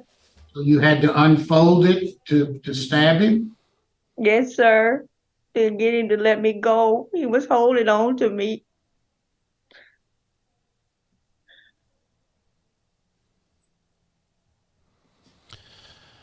Wow. Is this Let's sounds talk like a pawn about shop what type you've scenario. done while you've been in prison.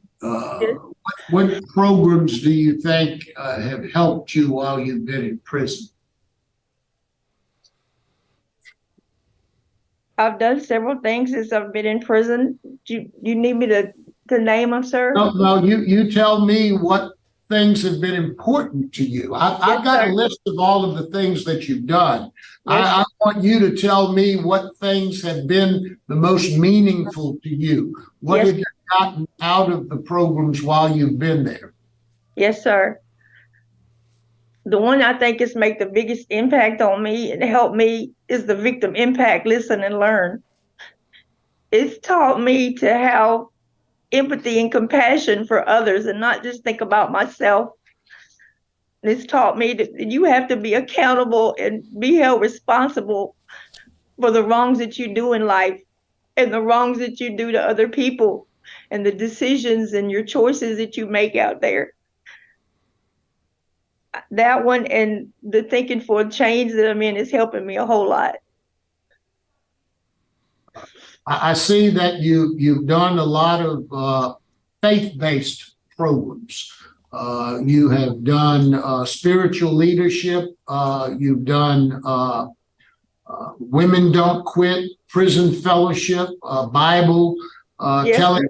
You were a Bible telling instructor, is that right? So tell me about those programs. How have they? Ms. Jennings, it sounds like you're very nervous, and I certainly understand that. Okay. Yes, sir. The purpose of this hearing, so you'll understand what we're doing.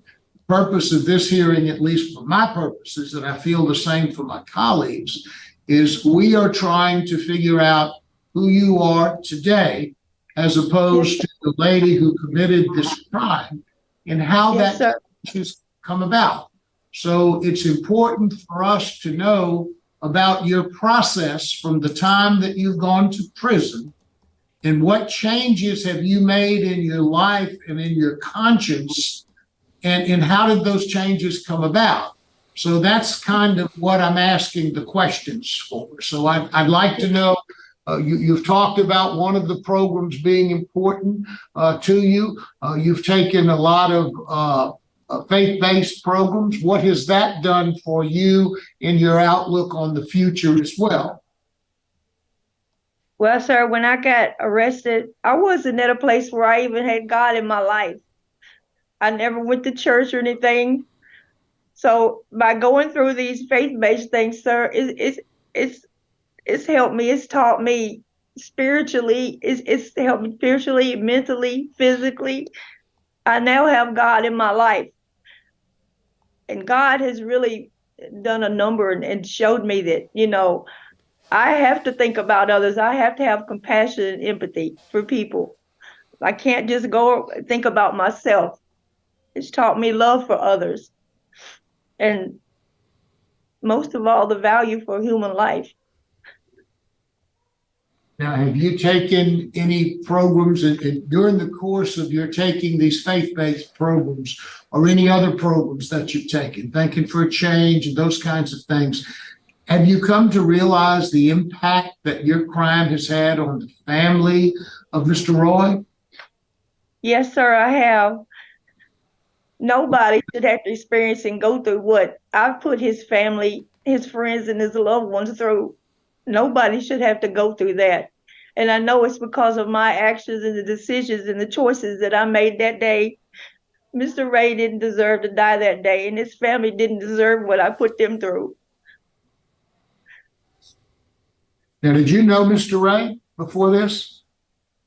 I had met him a couple of times, but to really know him personally, no, sir, I didn't. It looks like you've done a great deal of vocational training as well. It looks like I'm looking at some of the programs that you've taken, machine cutter, a cutter's helper, a production coordinator, a textile cutting machine setter. Tell me about the vocational skills that you've learned while you've been in prison.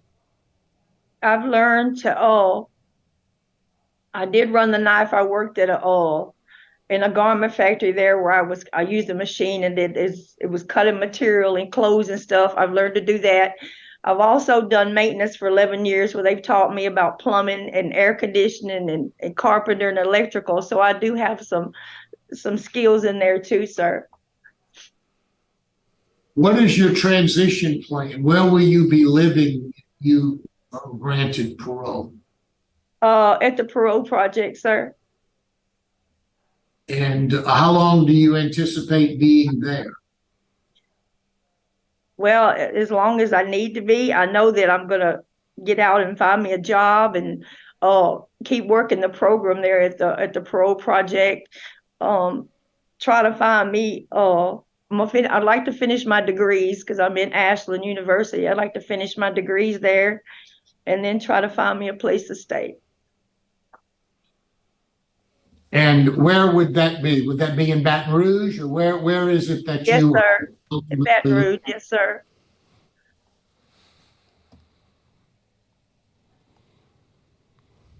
It'll be interesting to hear what the family has to say on this one. I think they'll have you a are strong a low risk influence, low needs, minimal criminal history. You do show, even though you have low needs, it shows, and I was a little confused by this, it shows a high need for mental health. Yet your report indicates that you have, you're classified as a 5, no meds, no interventions for over a year.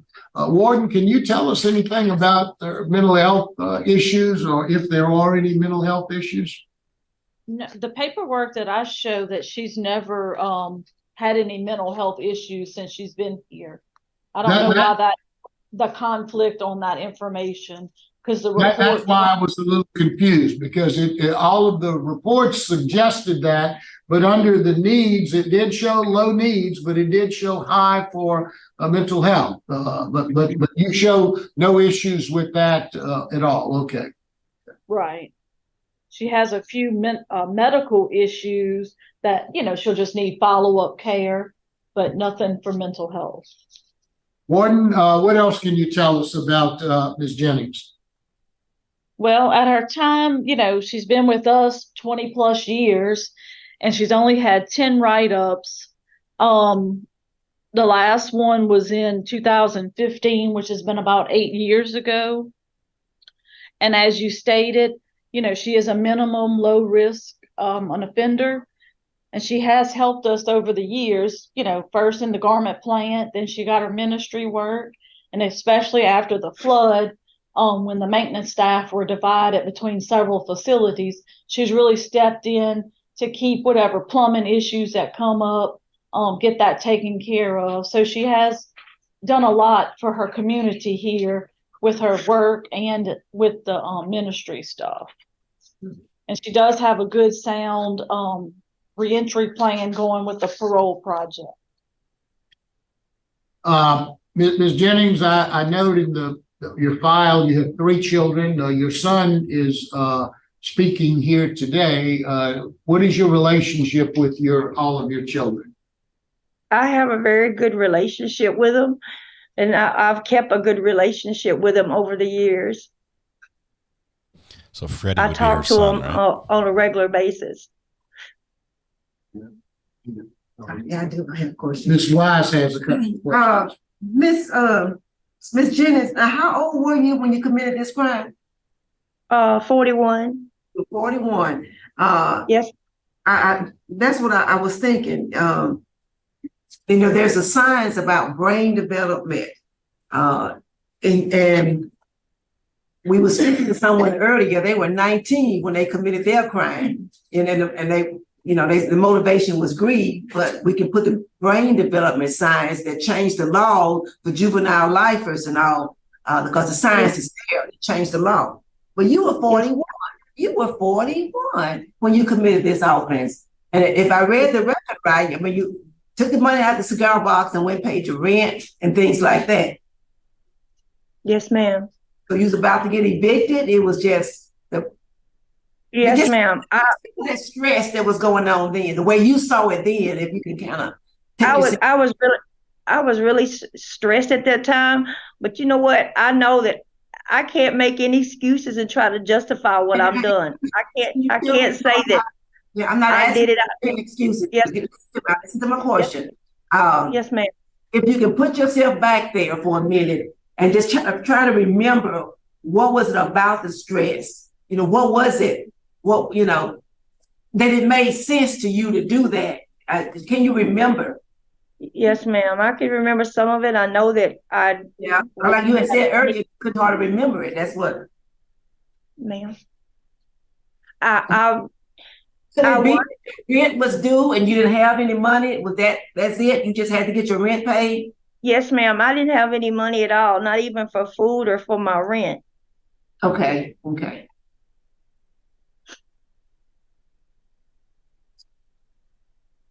Anything else that was just, and you said you were stressed. So we just kind of speak to that stress. What were the stress factors? I was stressed because I felt like I was going to have to go out and start living in my car. And I didn't even know if I was going to be able to get gas for my car. And I didn't know about eating or anything. I didn't have any money for anything. Did you have your children with you, or you were living? You said you were living there with a boyfriend. I had my youngest son with me. He was grown, but he was living there with me. And he was how old at that time? I don't want to tell you wrong how old he was. I'm trying to remember. He was like 17, I think. Okay, about 17. Okay. Yeah, although you with the boyfriend, the rent kind of fell on you to do it, huh? To pay the rent. Yes, ma'am. The reason why I want you to review that, because that's just life, and it's gonna come up again. Yes, ma'am. You know, stressors. I don't have. You know. Yes, ma'am. Because you said there was no drugs, there was no mental health. It was just the stresses of life. Yes, ma'am. Well, that was the first time I had been stressed like that, because I had been working in different places, you know. But for that last 6 months or whatever, I didn't have any employment or anything. Okay. I didn't. I'm sorry. I didn't have any. Case. I hadn't even got my GED. I didn't have no skills. Nobody really wanted to hire me in places. You know, a lot of places you had to have some skills or some kind of education. And I quit school young, and I dropped out of school. Yeah. And that was a bad choice. Dropping out of school was a bad choice. Yes, ma'am. Yeah. So when I came here, I got my GED here.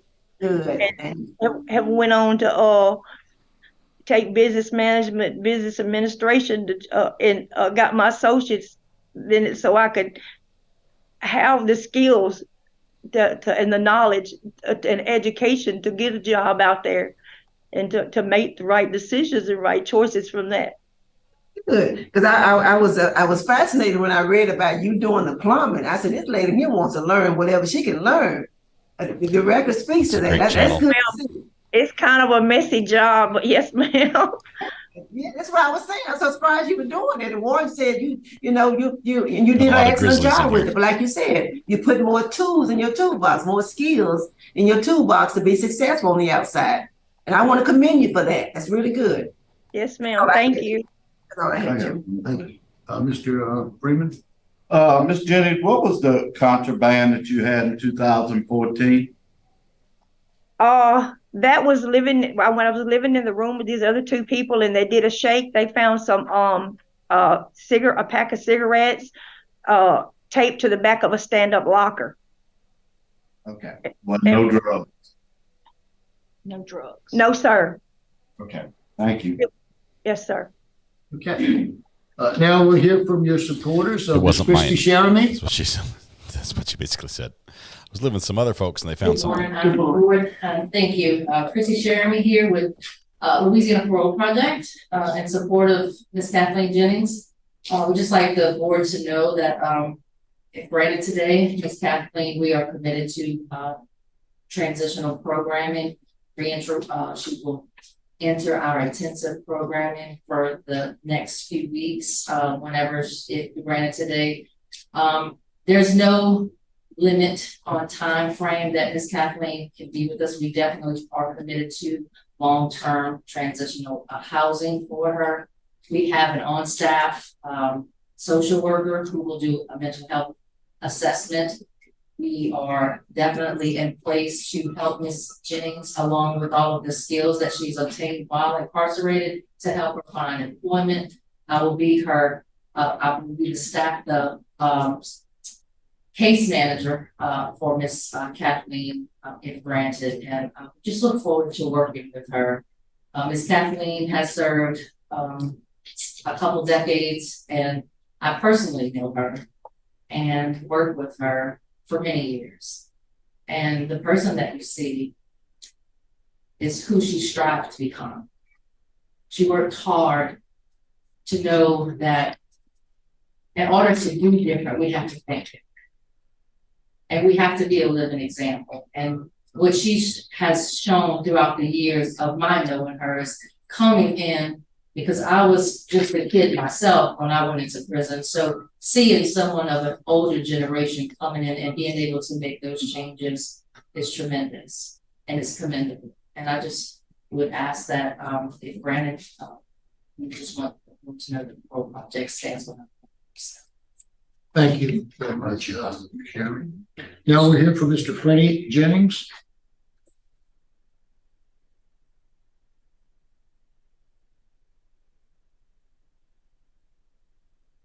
Wake up, Freddie. Jennings, are you there?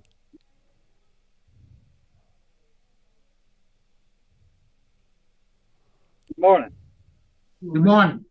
Mr. Jennings, would you please introduce yourself and tell us what you'd like us to know? My name is Freddie L. Jennings.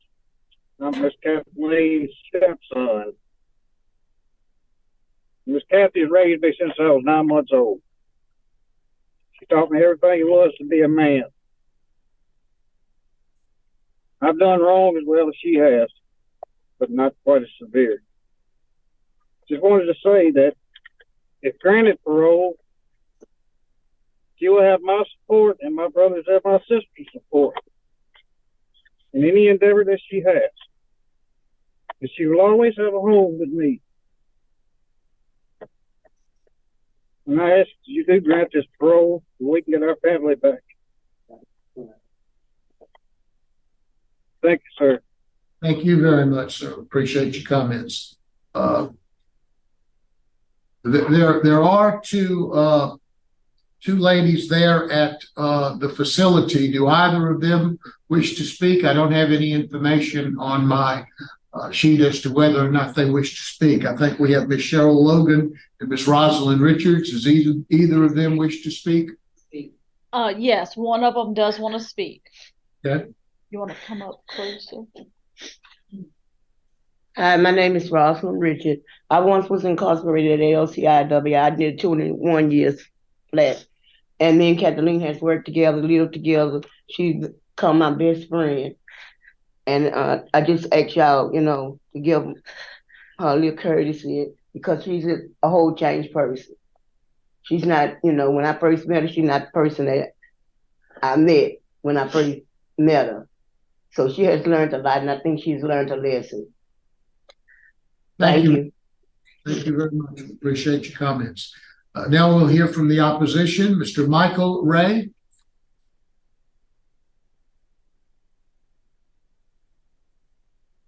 Mr. Ray, you're on mute. Can you unmute your microphone? Can you hear me now? Yes, sir, we can.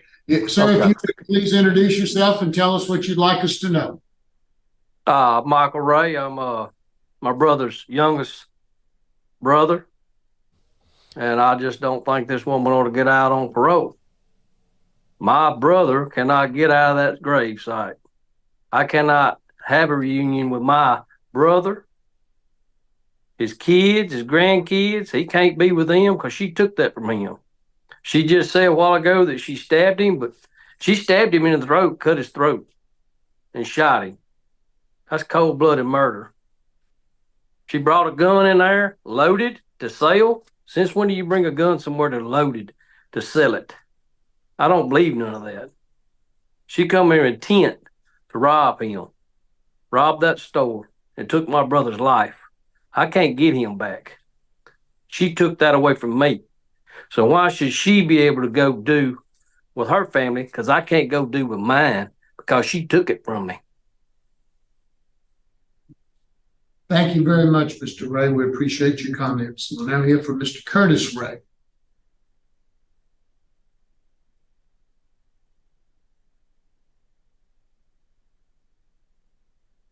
Can you hear me? Yes, sir, we can. Okay.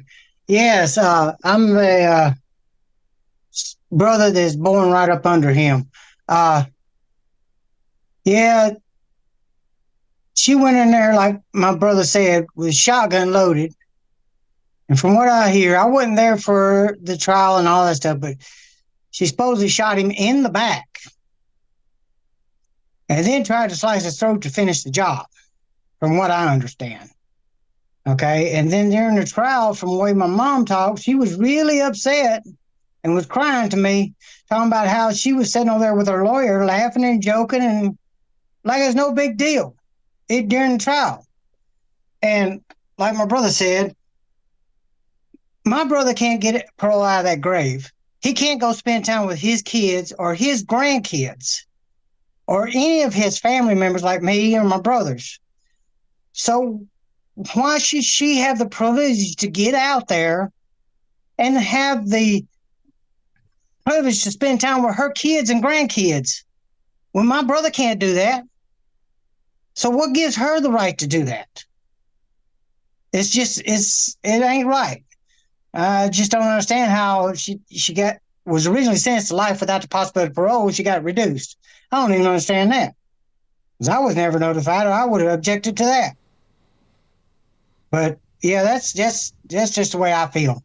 You know, he can't parole out of that grave. He can't spend time with his family, his grandkids, or nothing like that. She wants to get out where she can go bounce her grandkids on her knees, take her kids to the park and grandkids to the park and such like that. No, that ain't right. That's just my opinion. Thank you very much, Mr. Ray. We appreciate your comments. We'll now hear from Mr. Marvin Ray. It's the lady in the middle, I think. Mr. Marvin? You're on mute, Mr. Ray. I thought it was a lady. Sorry. We can't hear you. You're on mute. You have to unmute your microphone. Calling in tech support. We can't hear either one of you. Okay, you there? All right, you there? Can you hear me? Yes. All right. Sorry, sir. Now, as I understood it, my brother's girlfriend was there. She came in, she talked to him, and I don't know anything about this selling a dadgum shotgun. From the way I understood it, she talked to him, asked about all the security stuff being the same, and then gave her a bullshit story about something she was wanting, and she could get it at Walmart. Well, when his girlfriend left to go to Walmart, well, she went in, she come in the back of the dadgum store, shot him with a shotgun. And then, when that didn't kill him, she was bent over, fixing to cut his throat, and a black dude come in that he had pawned a pocket knife with. And she's hollering, "Joe's hurt. Go coach somebody." Instead of calling the law, she got him to run off. Then she took the money and everything and left. And she was going to kill. It ain't bad enough that you shot him in the back with a shotgun. She was going to cut his throat and make sure he died. That is no excuse. She's trying to change her stories around to make her sound better. That ain't right. She needs to stay where she's at. Thank you, Mr. Ray. We appreciate your comments, sir. Ms. Jennings, is there anything you'd like to say before the board votes? Yes, sir.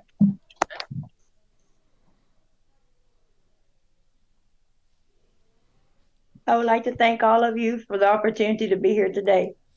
I am deeply remorseful for taking Mr. Ray's life. I take full responsibility for my actions and decisions and the choices that I made that night.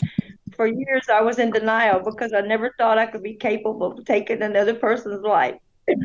No one should have to experience the pain and suffering that Mr. Ray's family, friends, and loved ones have did, and they did not deserve that. I take full responsibility for my actions that day in taking his life. Since my incarceration, I have developed through numerous self-help programs, victim impact, and the ability to make better choices, decisions, and knowledge to think about others. I'm not the same person I was 22 years ago. I am now equipped with a complete understanding of empathy, compassion, and most importantly, the value of human life. With my education, knowledge, and skills, I think I can go out there, be a productive member of society, and make better decisions and better choices.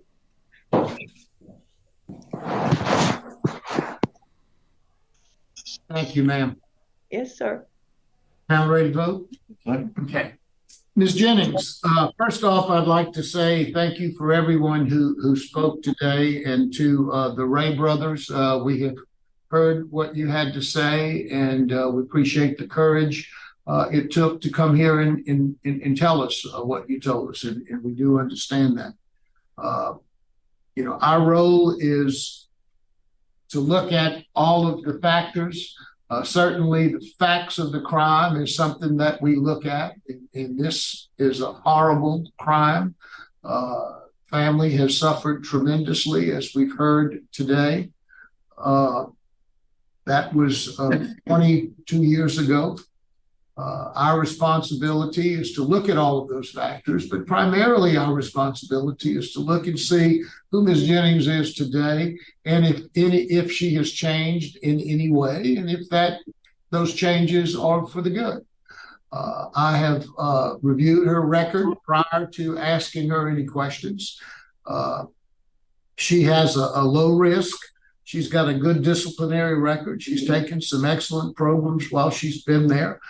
She's got a very good transition plan with the Louisiana Parole Project, and she's got a minimum criminal history prior to this horrible crime that she committed.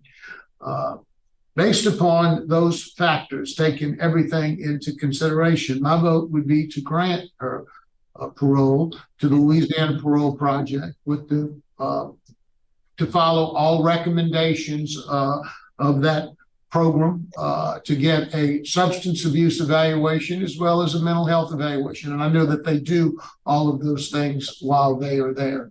And I would also make it a condition that she do 5 hours of community service work once she is released.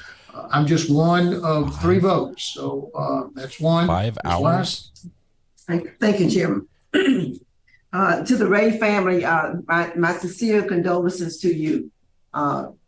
You made very, very poignant points. You said your brother cannot come back, and again, my condolences to you. And I just hope that you find peace somehow in all of this.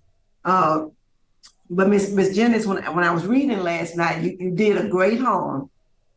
You healed yourself. As evidence of your friends that are here who did time with you, they see it. The record shows that you've done some healing, and you've been helping others. Yes, ma'am. At the end of the day, and I heard that in the ACA conference. As a human being, when you commit a crime, those are the only 3 things that we ask. We acknowledge that you did a great harm, and you've done that. You've healed yourself, and you've been helping others. So for me, I concur with my colleague. My vote is to grant as well. And I do want to stipulate that the mental health and substance abuse evaluation takes place by the Parole Project. Like I said, they do it routinely, but don't you go through it routinely. You make sure you really sit down and figure some things out, because you got some time to figure it out. Yes, ma'am. Thank you. Thank you, Ms. Wise. Mr. Freeman. Okay. Ms. Jennings, you've done well in prison. There's no doubt. You've done your community service. But my problem is you've served 22 years for taking a person's life. Premeditated, no doubt about it. You went there with a loaded shotgun. You was gonna rob him. You was gonna kill him, and thought you was gonna get away with it. Well, as I say, I think you're doing great, but you need to do more time. 22 years isn't enough in my book for that. So my vote is to deny. Okay. You have 2 votes to grant and 1 vote to deny. What should require unanimous vote?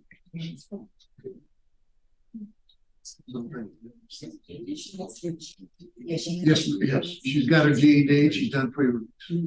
Yeah.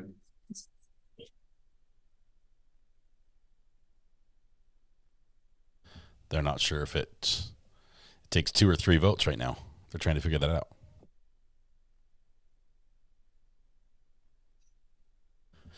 Okay, this is a tough one.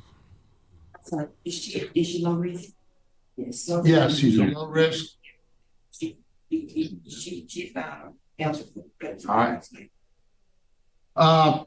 Your parole has been granted with the following conditions: that you report to the Louisiana Parole Project, and that you follow all of their recommendations, one of which is going to be getting a mental health evaluation and a substance abuse evaluation, and that you perform 5 hours of community service work after you've been out for approximately 3 months.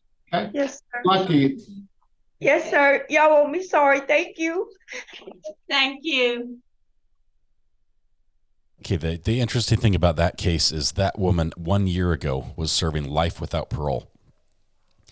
And this year, her sentence was commuted by the governor to 99 years in August. And then here in December, she was just granted parole. That's how fast it switched. So it went from a life sentence to basically 21 years for murder.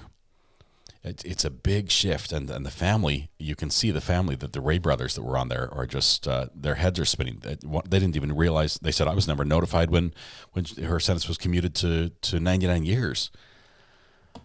Becca Good, yes, for those that are waiting for the verdict, we did have the verdict. It was right at the very beginning of the live stream. It came in right about 10 o'clock. The jury came in, basically showed up to court with the verdict ready.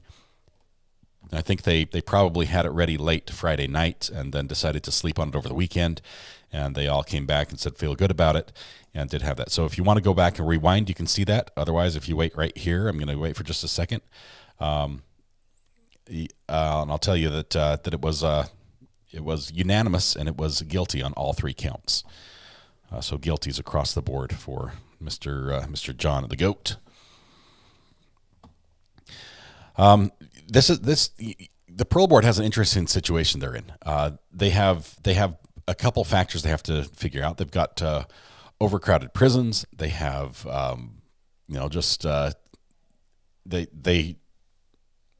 the prison system is not just to put people in a hole and keep them there until they rot. And so there is a process they're looking at. If people make change and they feel they can be reintroduced to society and do some good, that's what the system is for. So, wow, lots of parole stuff going on right now. 2 grants in a row, which is interesting. I like watching this side of the criminal justice system. We watch so many cases where we see people get locked up. We see people receive their sentence and start serving their time. This is the other end of that. This is the other end where we've seen forgiveness from victims in some cases where it was not even justified. But yeah, it's. I say it's hard to be on it. It would be hard to be on a jury. It's also hard to be on a parole board. So, yeah. All right. It does sound like the facts of that case were particularly shocking, and maybe the story that she told was not quite the same as what occurred. Seems like it did. I would lean more towards the premeditated side of that one.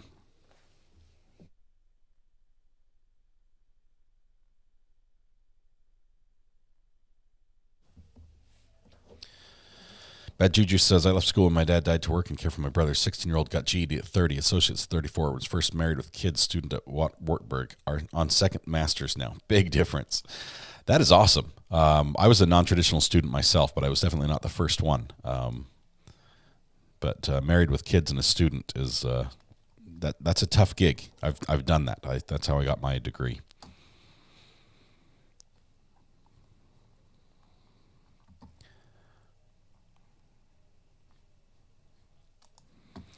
Wendy, I'd known very little about these cases. Basically, we find out just what we hear in the moments that we're watching live, and I do a quick Google search and can pull up a couple of facts. The thing that I struggled with in the moments we were watching that last case is that she says she took ownership for her actions, but she also was saying there's a lot I don't remember about what happened that day, and said that drugs weren't involved at all. I don't know.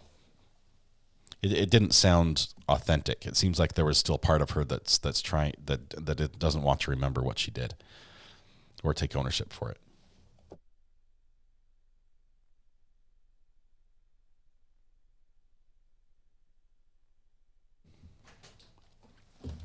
Hey, Mrs. R.A., how are you doing? Good, how are you? Great. How's school going? Going well. How's the little one? Okay. We went over George Washington's rules, and one of them is don't sleep when someone's talking to you.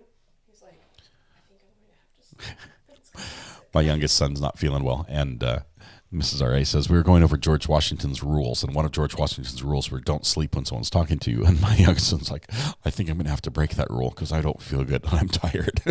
So he's sleeping right now. He was up most of the night, as were we with him. So a little bit tired this morning. And yeah, I hear you there. There's a lot to be said that a sentence is a sentence, and you should serve your time. And getting out, after 1/5 of your sentence is served, it seems to smack in the face of justice, right? But like Kurt said, there's also a spot in the law for mercy, and I think the two have to be balanced. And it's tough to be the person to decide which one applies and how to apply it. Let's see. And she was 41.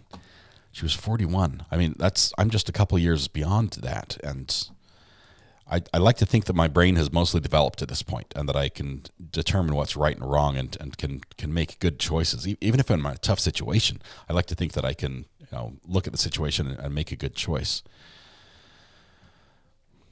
The family should hold more weight. Families, victims, impacts.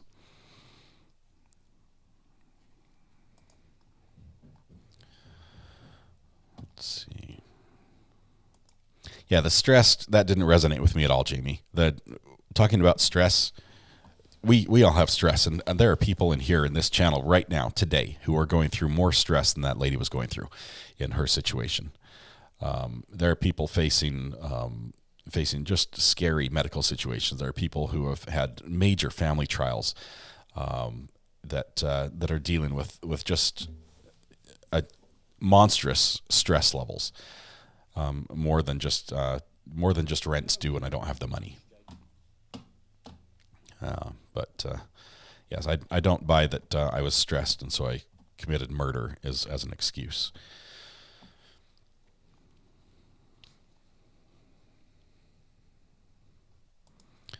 Yeah, we know better.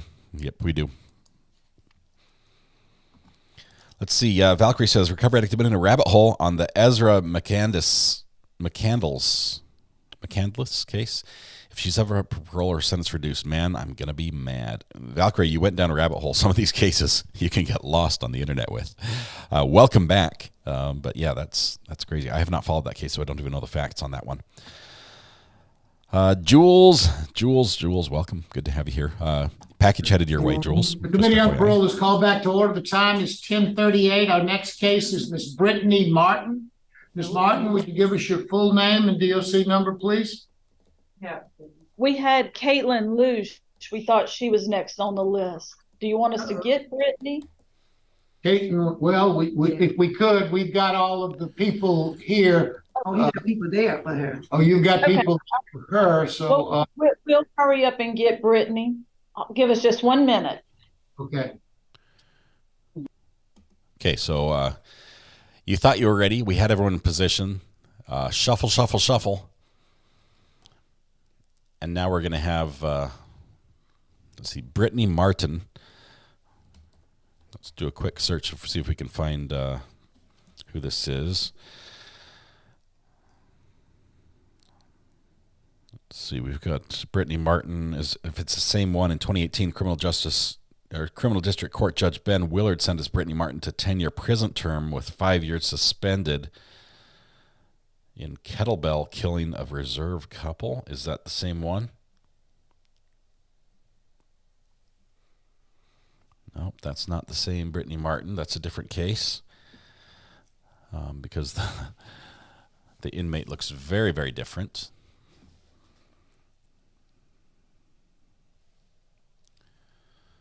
Let's see, who's this?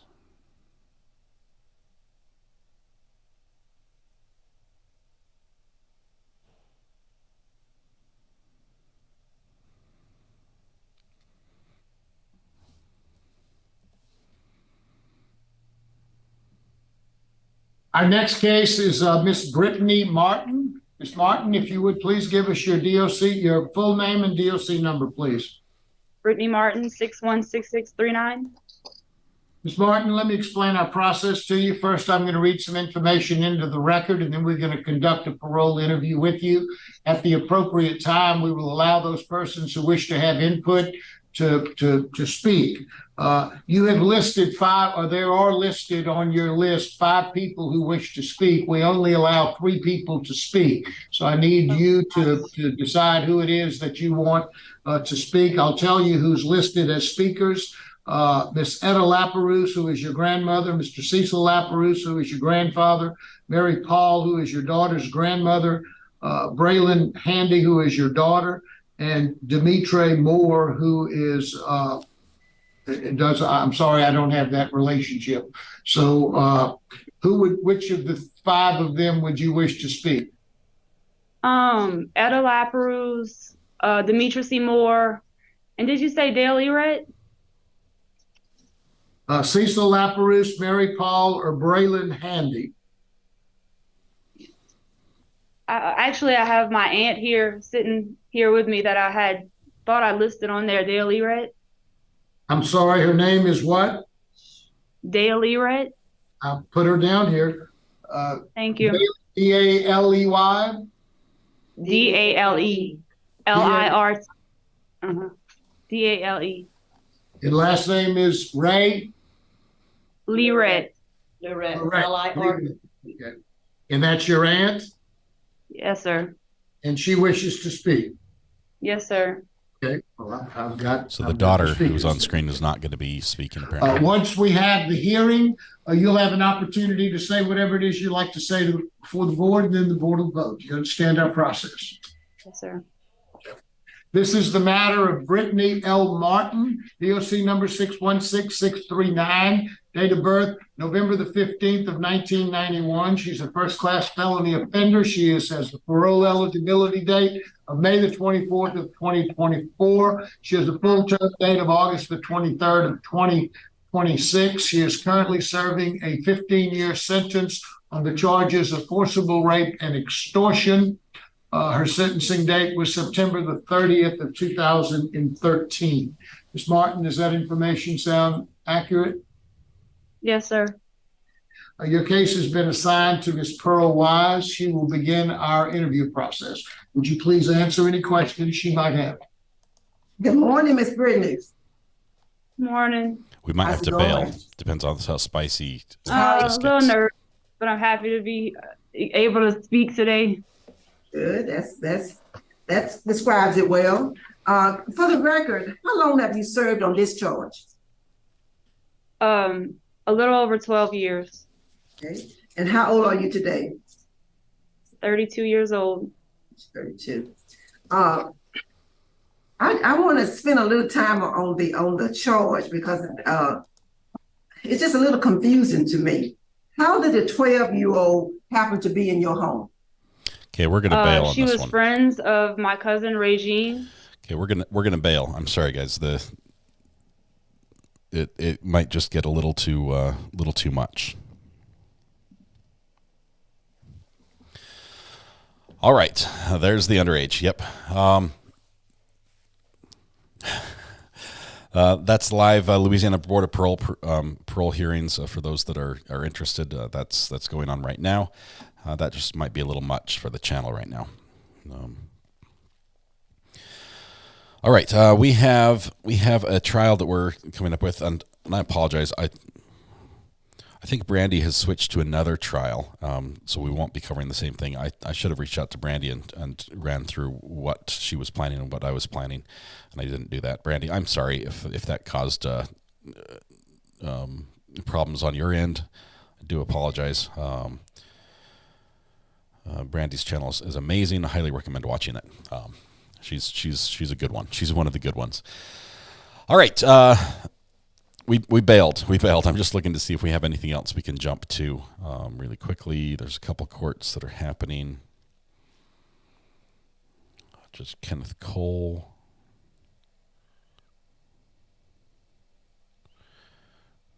Not sure what Judge Kenneth Cole stuff's doing. It's showing the street camera like outside the courtroom. That's weird.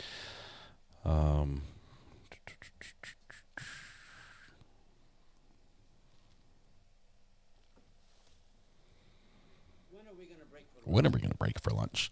It's 11:44. We can probably break for lunch here a little bit. You hate court jumping just when it gets interesting, right?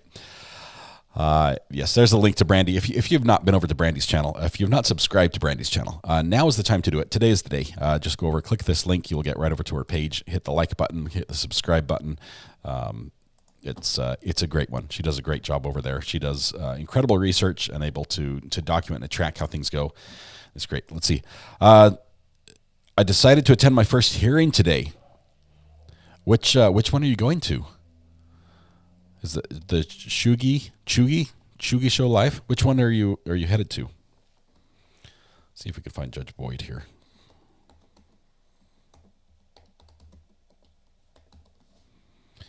Judge Boyd is live. We'll bring her up in just a second.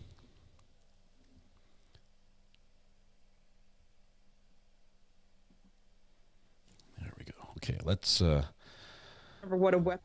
Yeah, let's go to Speak to an attorney. Do you understand? Yes, ma'am. All right, and do you have the dismissal? I will fill those out, and Your Honor, we do have a victim here for the victim impact. All right.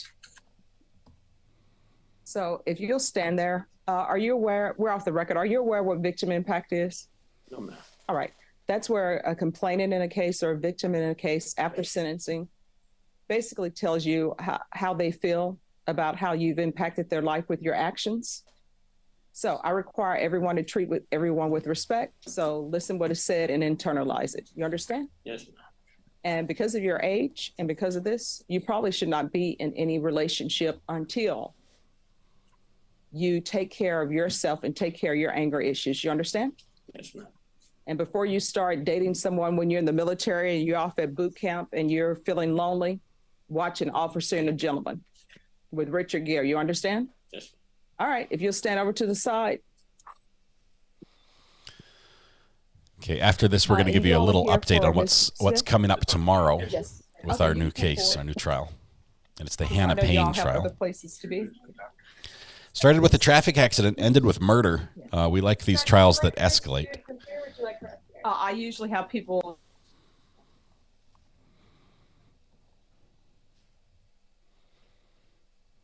Judge muted the mic. This judge has a very busy courtroom, very busy. Now she's turned it off and back on again. What is lurking for? Sometimes people might be on the channel and just want to let people know that they're here, but they're not paying close attention. They might be off doing something else, and so they use the lurk command. They also might use the creep command, which is like lurking, but when you're doing it in a creepy way. So lurk and creep are just some of the commands we have on the channel. Someone please tell me about the pinned message. Keep showing my screen. I'm sorry, Ellen. I will. Megan Hunter was the first person in chat this morning, and the first person in chat is awarded internet ownership. It's a little gift that I give them, and they own the internet for the day. They have to maintain everything IP related worldwide for everybody. I'll unpin the message just because we've already celebrated Megan. Thank you very much. But I just left it up there so I would remember who had won. Okay, let's see. There's the creep command right there. Something about the way Marissa is lurking in the shadows is a little creepy. Let's see. I creep and lurk on the daily. How much time is John Delee facing? I think it's like a second degree. I think it's close to life. I think it's a long time, maximum. I'll have to, let's see. That was New Hampshire, right? New Hampshire.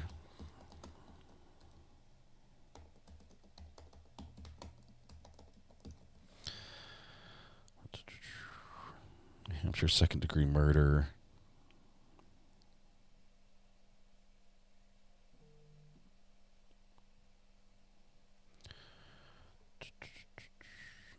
Life in prison. So life is the maximum. All right. We're back on the record. Hey, Judge. So you've been granted probation. I'm still going to let you have your probation, but you need to understand something. She doesn't want you anymore. You don't have any children, so that means you don't have any children with her. Do you understand? Yes, ma'am. Do you all have any property together? All right, so there is no need for you to contact her. There's no need for you to have somebody else contact her. She doesn't want flowers from you. She doesn't want to thank you. She doesn't want just because. She doesn't want, I'm sorry. She wants nothing from you. Do you understand? Yes. If you violate any of these conditions that I'm giving you, you're looking at going to prison. Do you understand? Yes, ma'am. Is there anything that you do not understand? All right. And is your mom employed? Yes, ma'am. All right. Ms. Ferguson and Ms. Abrams, he's going to be on GPS. You're going to be on GPS. You'll be allowed to work, and you're going to have to pay for GPS. You understand? Yes. All right. Could I see that file on him again, please? And do you understand the reason why the court is doing that? To stay away from her. Yes. Yeah, and because you we should don't not believe have contacted somebody from the jail. You understand?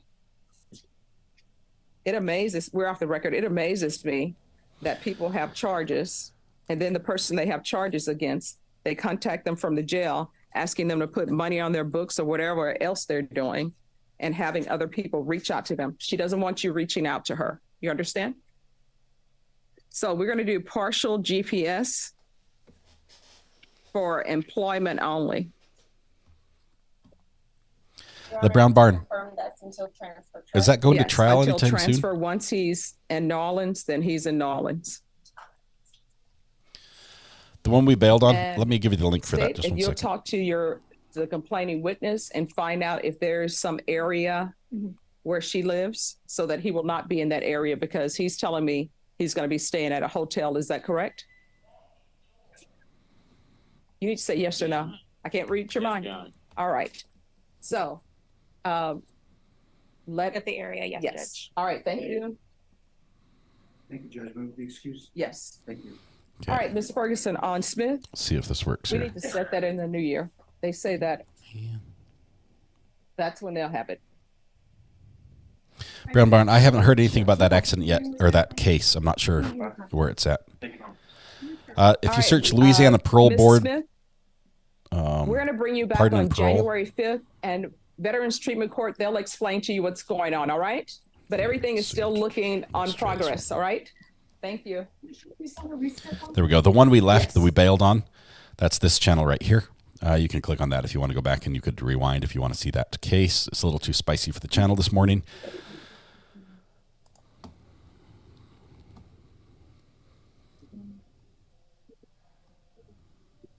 And on this one, let me just sign a dismissal. All right, who is here on Terrence Reed? I'm not. All right, and thank you for your patience, Mr. Porter. Thank you, Mr. Porter. You're always the picture of patience. It's like the picture of health, only different.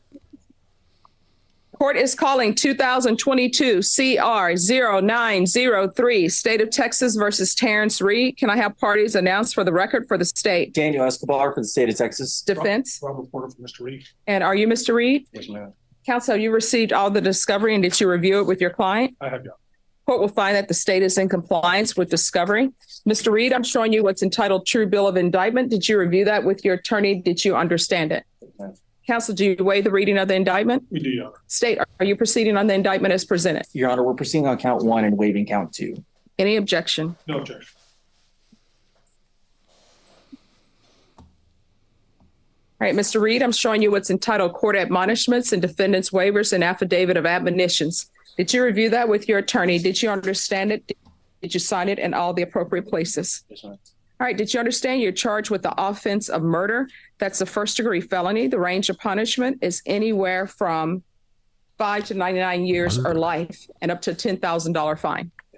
If you have a plea with the state, the court does not have to follow your plea. If for any reason the court does not follow your plea and gives you more than you bargained for, the fact that you entered a plea will not be used against you, and you will be allowed to withdraw your plea. Did you understand? Yes, ma'am. Did you understand you have a right to jury trial, a right for you or your attorney to cross-examine and confront any witnesses the state would call in the right to remain silent? Yes, ma'am. Did you understand by entering this plea you were giving up those rights? Yes. And did you intend to give up those rights and enter into a plea in this case? Counsel, has your client been able to provide you with any defenses? Yes, Your Honor. Do you believe he has a rational as well as the factual understanding of the charges against him? Yes. Do you believe he's currently competent and was legally sane at the time of the offense? Yes. Mr. Reed, has anyone threatened you, coerced you, or placed you in fear to get you to enter this plea? No, ma'am. Anyone promised you anything other than the plea? No, ma'am. Satisfied with the way you've been represented? Yes, ma'am. Are you a U.S. citizen? Yes, ma'am. Court will find that defendant has knowingly and voluntarily waived his right to jury trial. Showing you the plea bargain page. Did you review that with your attorney? Did you understand it? Yes, ma'am. According to the plea bargain agreement, the state is proceeding on count 1. Punishment is to be assessed at 30 years in the prison. They're taking in consideration 2022 CR 7439. Did you understand that to be the plea? Yes, ma'am. Defense? Yes, Your Honor. State, is that the plea? Yes, Your Honor. Showing you the waiver of appeal paragraph.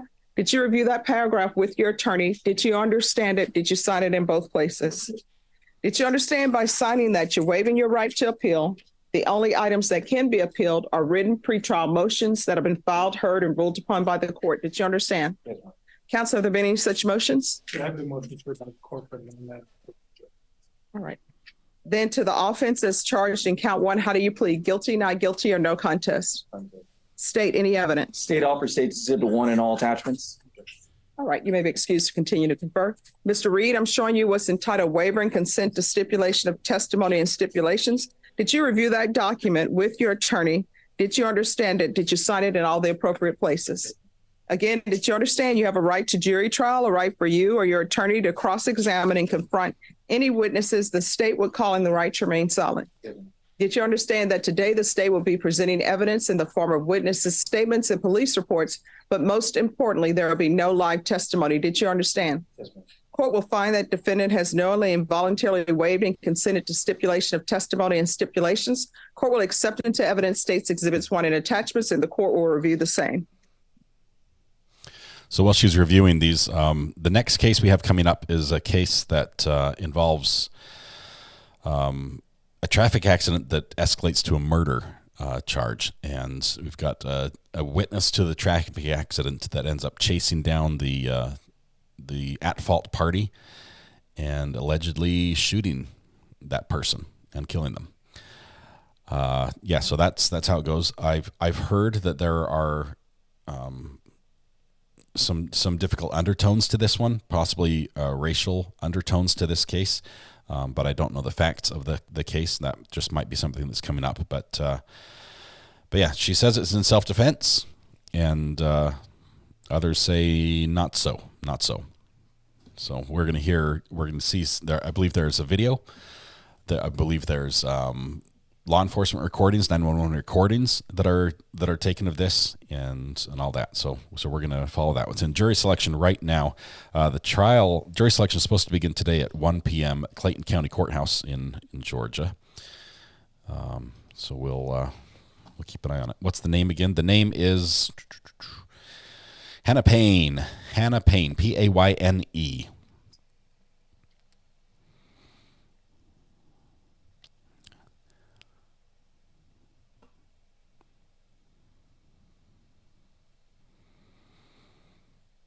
The trial was originally delayed because of the pandemic. It's an event that that happened, I believe, back in 2019.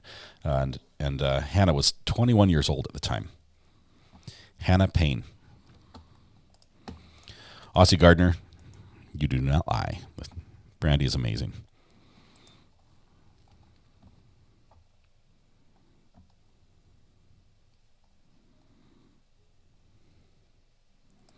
Female defendant, male victim.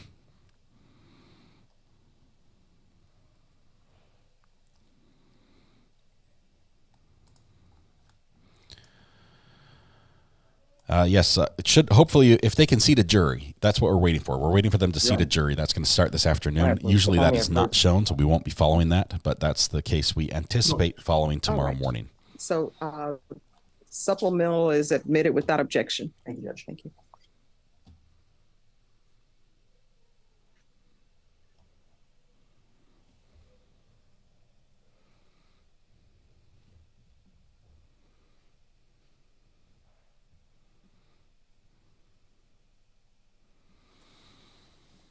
Trying to see if that North. All right. After North reviewing Carolina states exhibits 1 and attachments, the court will find there is sufficient evidence to find you guilty, and the court will find you guilty. Are you proceeding with sentencing? Yes.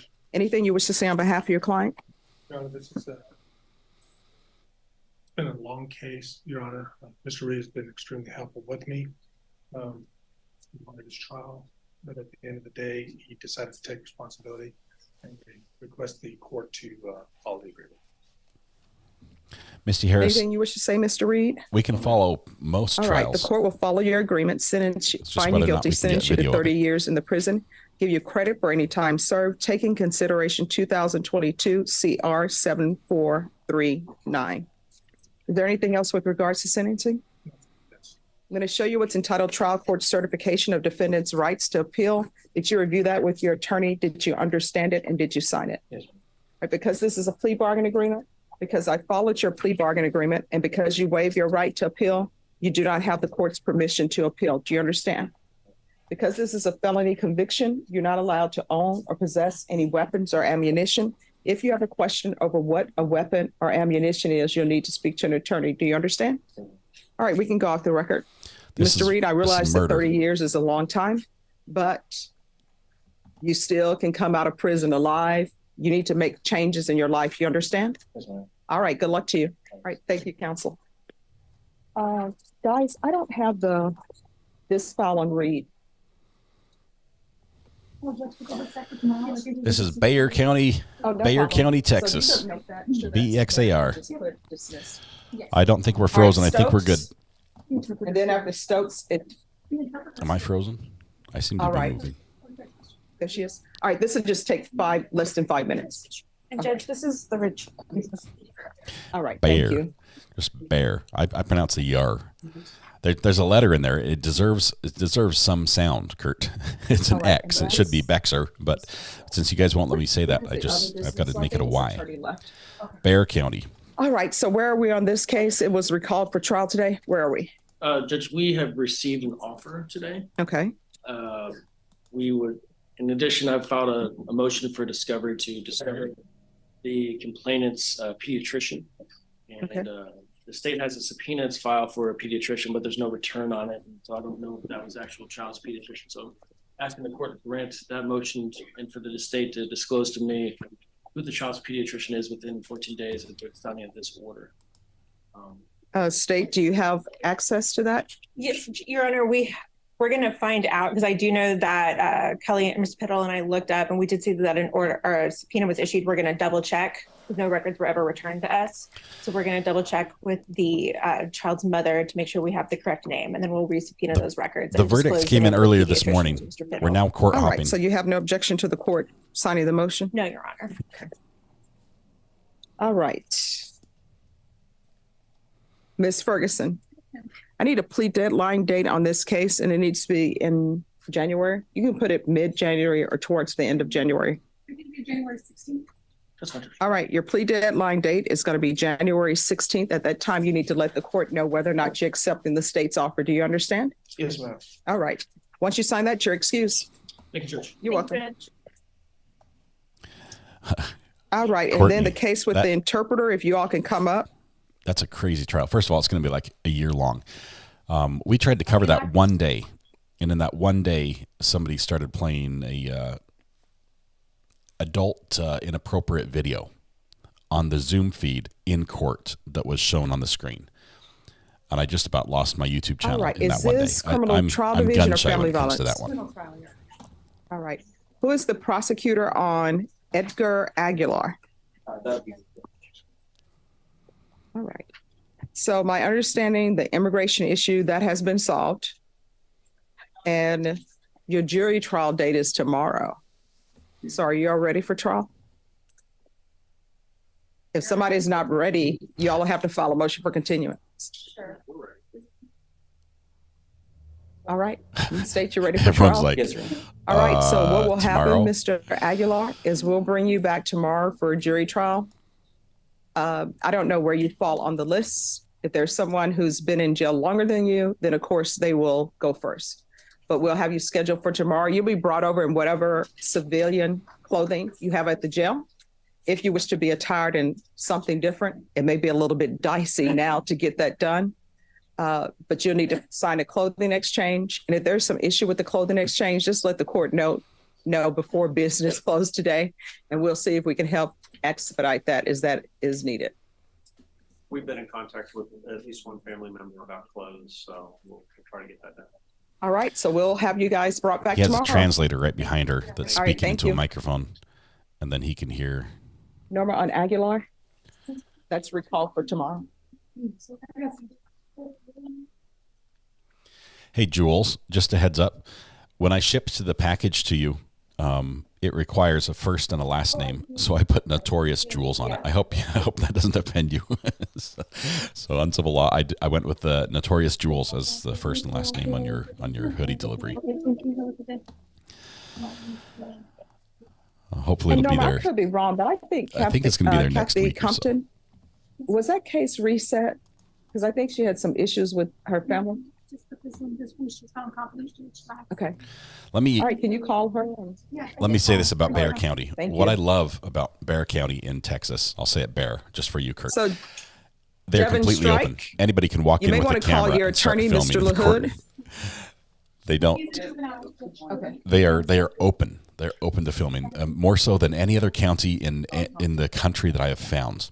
Let me see the file. Your Honor, may I approach? Yes. I just need your signature, please. All right, state. Oh, just have a seat, sir.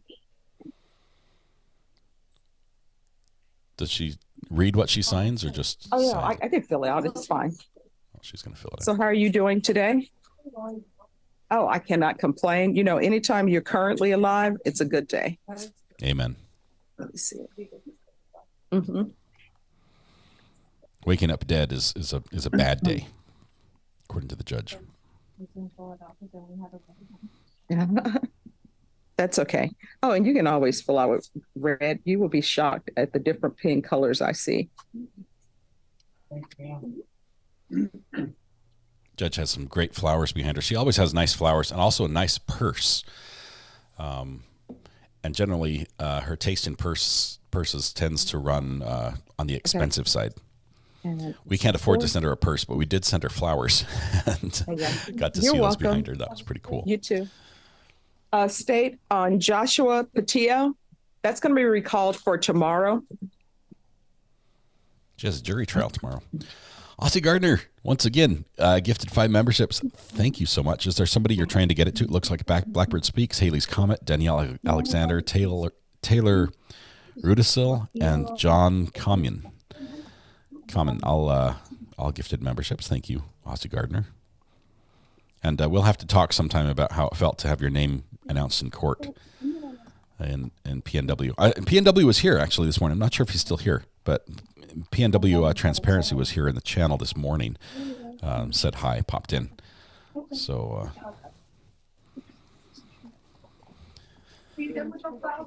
Yes. I just wrote in one. I was watching on Law and Crime when they showed the jury, and I just thought he would have reacted. It's a whole mess. Talking about that Young Thug trial, it is crazy. First of all, you've got so many different players. It's just bizarre. So many moving parts. Who's here for Richard Murray?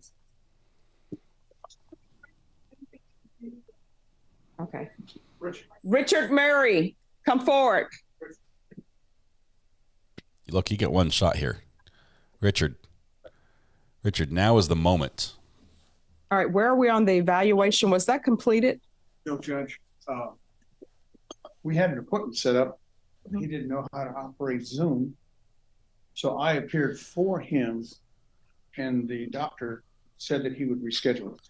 Okay, so when has it been rescheduled? I don't know. They said that the court would contact me about a rescheduling date. It's in the system that they send paperwork for court admins. We're just waiting for the date with Dr. Jules. That's what it is. Okay, so what date do you want to call this back? I can do February 1st. All right, we're going to recall this back February 1st. Yes, ma'am. All right, why don't you sign the reset form, you excuse. All right, thank you, Judge. You're welcome. That's the defendant. He's got a few years of experience behind him. Yes, Wonder I do. what the charge is. Bug Dugger gifted 5 memberships as well. BG, Jessica Shonk, Erica W, Natural Empress, and Keminoke. Keminoke.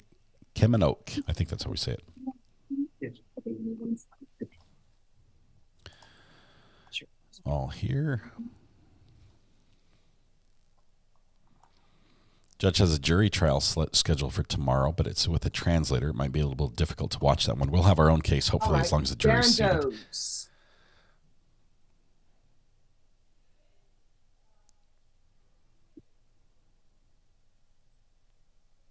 He dressed nicely for court. Looks good. Okay, there appears to have been a certification. Oh, yes, Judge. I printed those for Mr. Allen, and it included one that was already file stamped. All right, no problem. All right, we're on the record in 2022, CR 0494 and CR 0493, State of Texas versus Darren Does. Could I have parties announced for the record for the state? Allie Jackson for the state. Defense? Matthew Allen for Mr. Does. All right. Defense counsel has filed a motion for continuance. State, are you in receipt for the motion for continuance? Yes, Your Honor. And State, have you had a chance to review the motion for continuance, and are you ready to proceed on the motion? Yes, Your Honor. State, are you going to have any objections? No, Your Honor. All right. And previously on the record, defense counsel is, well, the lead defense counsel is in jury trial, so he can't be here. Is that correct? Correct, Your Honor. All right. Ms. Ferguson, what date are we bringing this back for jury trial? And the gift memberships are flying right now. Rudy Patootie gifted one, as March. well as I think we said John. Did we say April 9th was for Perez? John received one and then promptly gifted 5. Thank you very much. Ed, congratulations. You're one of the 5 that was gifted. Bad Juju's in there as well. Courtney, congratulations. May 7th, Judge. Scott, make sure All that right, so setting's jury turned trial on. date is May 7th. That date will not change. Yes, Your Honor. So somebody's in civil court. I need to tell civil court, sorry. I'll let Mr. Kalfas know. All right. Is there anything else? No, Your Honor. No, Your Honor. And you all have all your discovery, right? Yes, Your Honor. All right. Thank you. Just sign the reset form.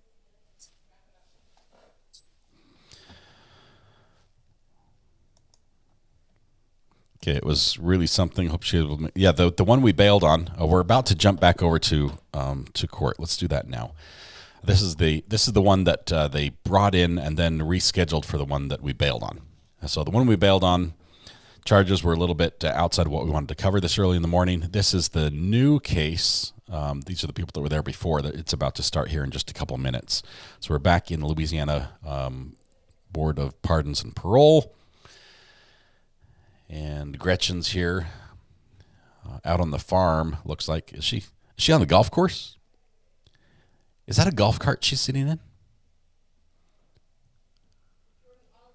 I think she's, or is that looks like a Razor scooter?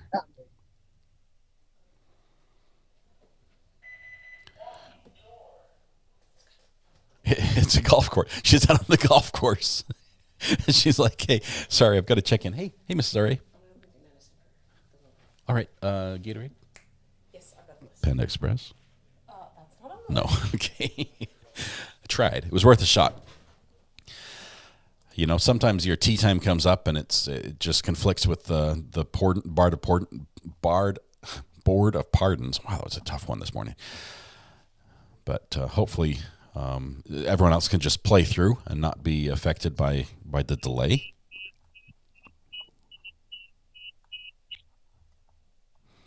Yeah, so yes, Kate, you're right. That would be 3 consecutive grants, which is the most I've ever seen out of the Louisiana Board of Pardons and Parole.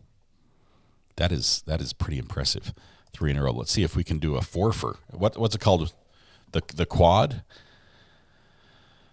What do you have when you get 4 in a row? Disability Diva, could you do just a quick voice overlay into your intro video saying content may contain topics sensitive in nature? Viewer discretion is advised. I like that. I like the idea of working it into the beginning because I'll forget to do it otherwise. That is a great suggestion. It really is. I could put it right at the tail end too.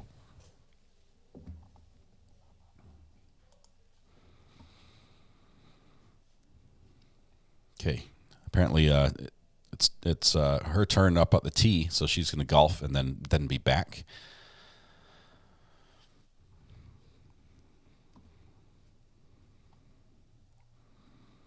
Three is a hat trick. What is 4 in a row? If she gets a hole in one, it should be on camera. Then we could all celebrate with her. She's back.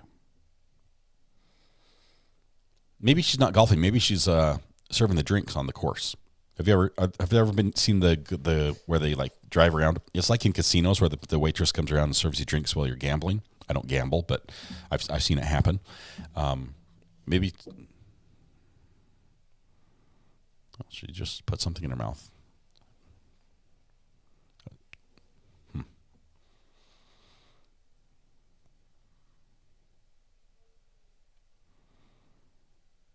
It's a beautiful day. Testimony from a golf cart, that's new. Well, where did we see the testimony from the cruise ship? Was that in the Maya trial, at the very beginning of the Maya trial? Is that where we had the guy on the cruise ship from like off the coast of Italy or something? Might have been the trial before then. I think it was Maya's.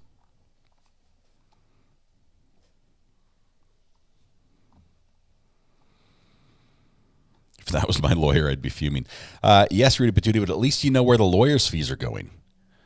You know, some of those tea times, they cost a pretty penny, the country club memberships. Hey, how's it going? Zoom is making our court somewhat more informal than I like. Kurt, yeah, there are some judges that are trying to hang on to any formality they can. Like Judge Boyd, who we just left her courtroom, virtual courtroom, she will often verbalize that attire, you know, is not appropriate for court, or you know, she's happy that somebody dressed appropriately for court. But some of these Zoom courts, you know, somebody rolls out of bed and hits, you know, grabs the phone, and there they are. They don't take it as serious as back in the day, where, you know, when you go out, wow, oh wow.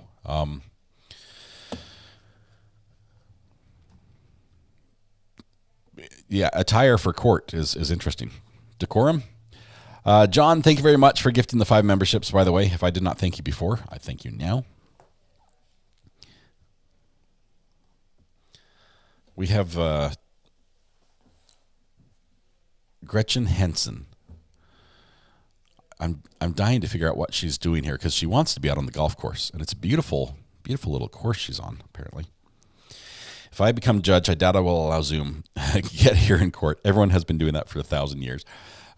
If you become a judge, Kurt, will you grant me like media access to all your trials, so I can just, I mean, let me run cables and mics. I'll do great audio. I'll have all the angles, and I promise not to show the jury. Deal. Okay, so this is pretty much how contracts work, guys. You are all here to witness it. Do we have a notary? Do we have a notary that can raise their hand and notarize our little deal here? You did pronounce the last name correctly. I don't know how I pronounced it. I guessed the first time, and I might get it wrong. Okay, here we go. Here we go. Parole, the Committee on Parole is called back to order. The time is 11:18. Our next case is Miss Caitlin Lusage. Miss Lusage, would you give us your full name and DOC number, please? I'm going to be down here in the corner over You're on mute. We need to unmute you. Still can't hear you. Is that on our end or their end? Okay, I think, okay. We got it now. Good. I can hear you. Caitlin Lusage, 629-149. Thank you very much. Let me explain our process to you. First, we're going to do first I'm going to read some information into the record, and then we're going to do a parole interview with you. At the appropriate time, we will allow those persons who wish to have input to speak. Present, I don't know who all will be speaking on your behalf. You're certainly allowed 3 speakers. I'm going to give you the list of the people that I know are here for you, and you can tell me who wishes to speak. Gina Lusage, your mother, does she wish to speak? Okay. No, sir. No, okay. Daryl Lusage, your dad, does he wish to speak? Yes, sir. Please say Gretchen speaks to us. Joshua Lusage, your brother, does he wish to speak? No, sir. Okay. Jaden Summer, your son, does he wish to speak? No, sir. Stephanie Canedo, your aunt, does she wish to speak? Yes, sir. That's 3. Bruce Canedo, your uncle, does he wish to speak? No, sir. Stephanie King, your friend, does she wish to speak? She's like, I have a friend. Adams. I don't have Adams. He's here. Okay. I think they're here just for support. Oh. Yes, sir. Okay. And in opposition, we have Miss Brittany Arnold, Mr. Jay Arnold, and Miss Gretchen Henson. Once we conduct an interview and we hear from everyone, you'll have an opportunity to say whatever you'd like to say to the board, and then we'll vote. You understand our process? Yes, sir. This is Gretchen's looking for a this lost is the golf matter of Caitlin Lusage, the DOC number 629149. Date of birth is July the 13th of 1994. She's a first-class felony offender. She has a parole eligibility date of June 15th of 2024, an adjusted good time date of March 23rd of 2027, full-term date of June 16th of 2054. She is currently serving a 40-year sentence on the charge of obstruction of justice, having been sentenced on September the 5th of 2014. Does that information all sound correct? Yes, sir. 40 years for obstruction of justice. Your case has been assigned to me, so I'll begin the process of our interview process. Okay. How old are you, ma'am? 29. And how long have you been in prison on these charges? A little over 9 years. So you were roughly 20 years old when this happened? Yes, sir. Well, when I became incarcerated, I was 17 when my crime happened. Okay, that's what I thought. But you were out for a while, then you came in 9 years ago? Yes, sir. Okay. Okay. So she was a Well, juvenile. let's talk a little bit about who you were at 17 years old. Tell me a little bit about yourself then. Were you in school? Did you finish school? I was a senior in high school and pregnant with my son, Jaden. Yes, I was in school. Honorable student. What were your living arrangements? Who were you living with? My parents. And you were pregnant at the time? Yes, sir. Were drugs or alcohol involved at all in any of this? For me, no, but the drugs were stolen from drugs were part of the crime. I'm talking more specifically for you. Were you on drugs? Sir. Did you ever taken drugs before or alcohol? No, sir. Tell me, I've read the report and I've read the statements, but tell me in your own words what happened. On the day of the crime, I willingly got into the car with Andrew and Devin, knowing that they planned on robbing Miss King of drugs and money. And On our way there, I was asked to be the lookout, and I agreed to do it. When we pulled into the parking lot, I was asked to keep watch of any cops or any other people who lived in the apartment complex while they were actually robbing her. And that's what I did. I waited in the car while they robbed her. And later on, Andrew came out and got in the vehicle and told me that she was killed in the midst of the robbery. I was asked to drive us home. At that point, I stayed there. I put up money away that was stolen, a bottle of pills that was stolen, and I stayed put until he went back and came back with Devin. And at that time, I washed the clothes that were worn that day, as well as swept the floor, mopped the floor. I knew, what had happened, how it had happened.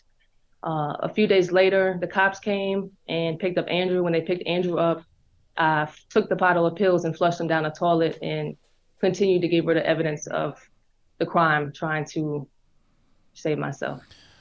She owned up. Did you actually go to trial or did you plead guilty? I took a plea deal.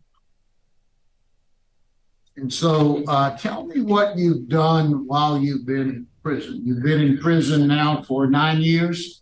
Tell me, what sort of programs have you taken that have helped you while you've been in prison? I've taken many available programs, self-help programs, Thinking for a Change, anger management, celebrate recovery, as well as many educational programs. I was able to receive my bachelor's among welding and other things. I have a lot. What programs do you think have helped you the most? I mean, you've taken some of our best programs. You've taken Thinking for a Change, Celebrate Recovery, Partners in Parenting, Living in Balance, Life of a Single Mom, Pre-Release. What programs have helped you the most?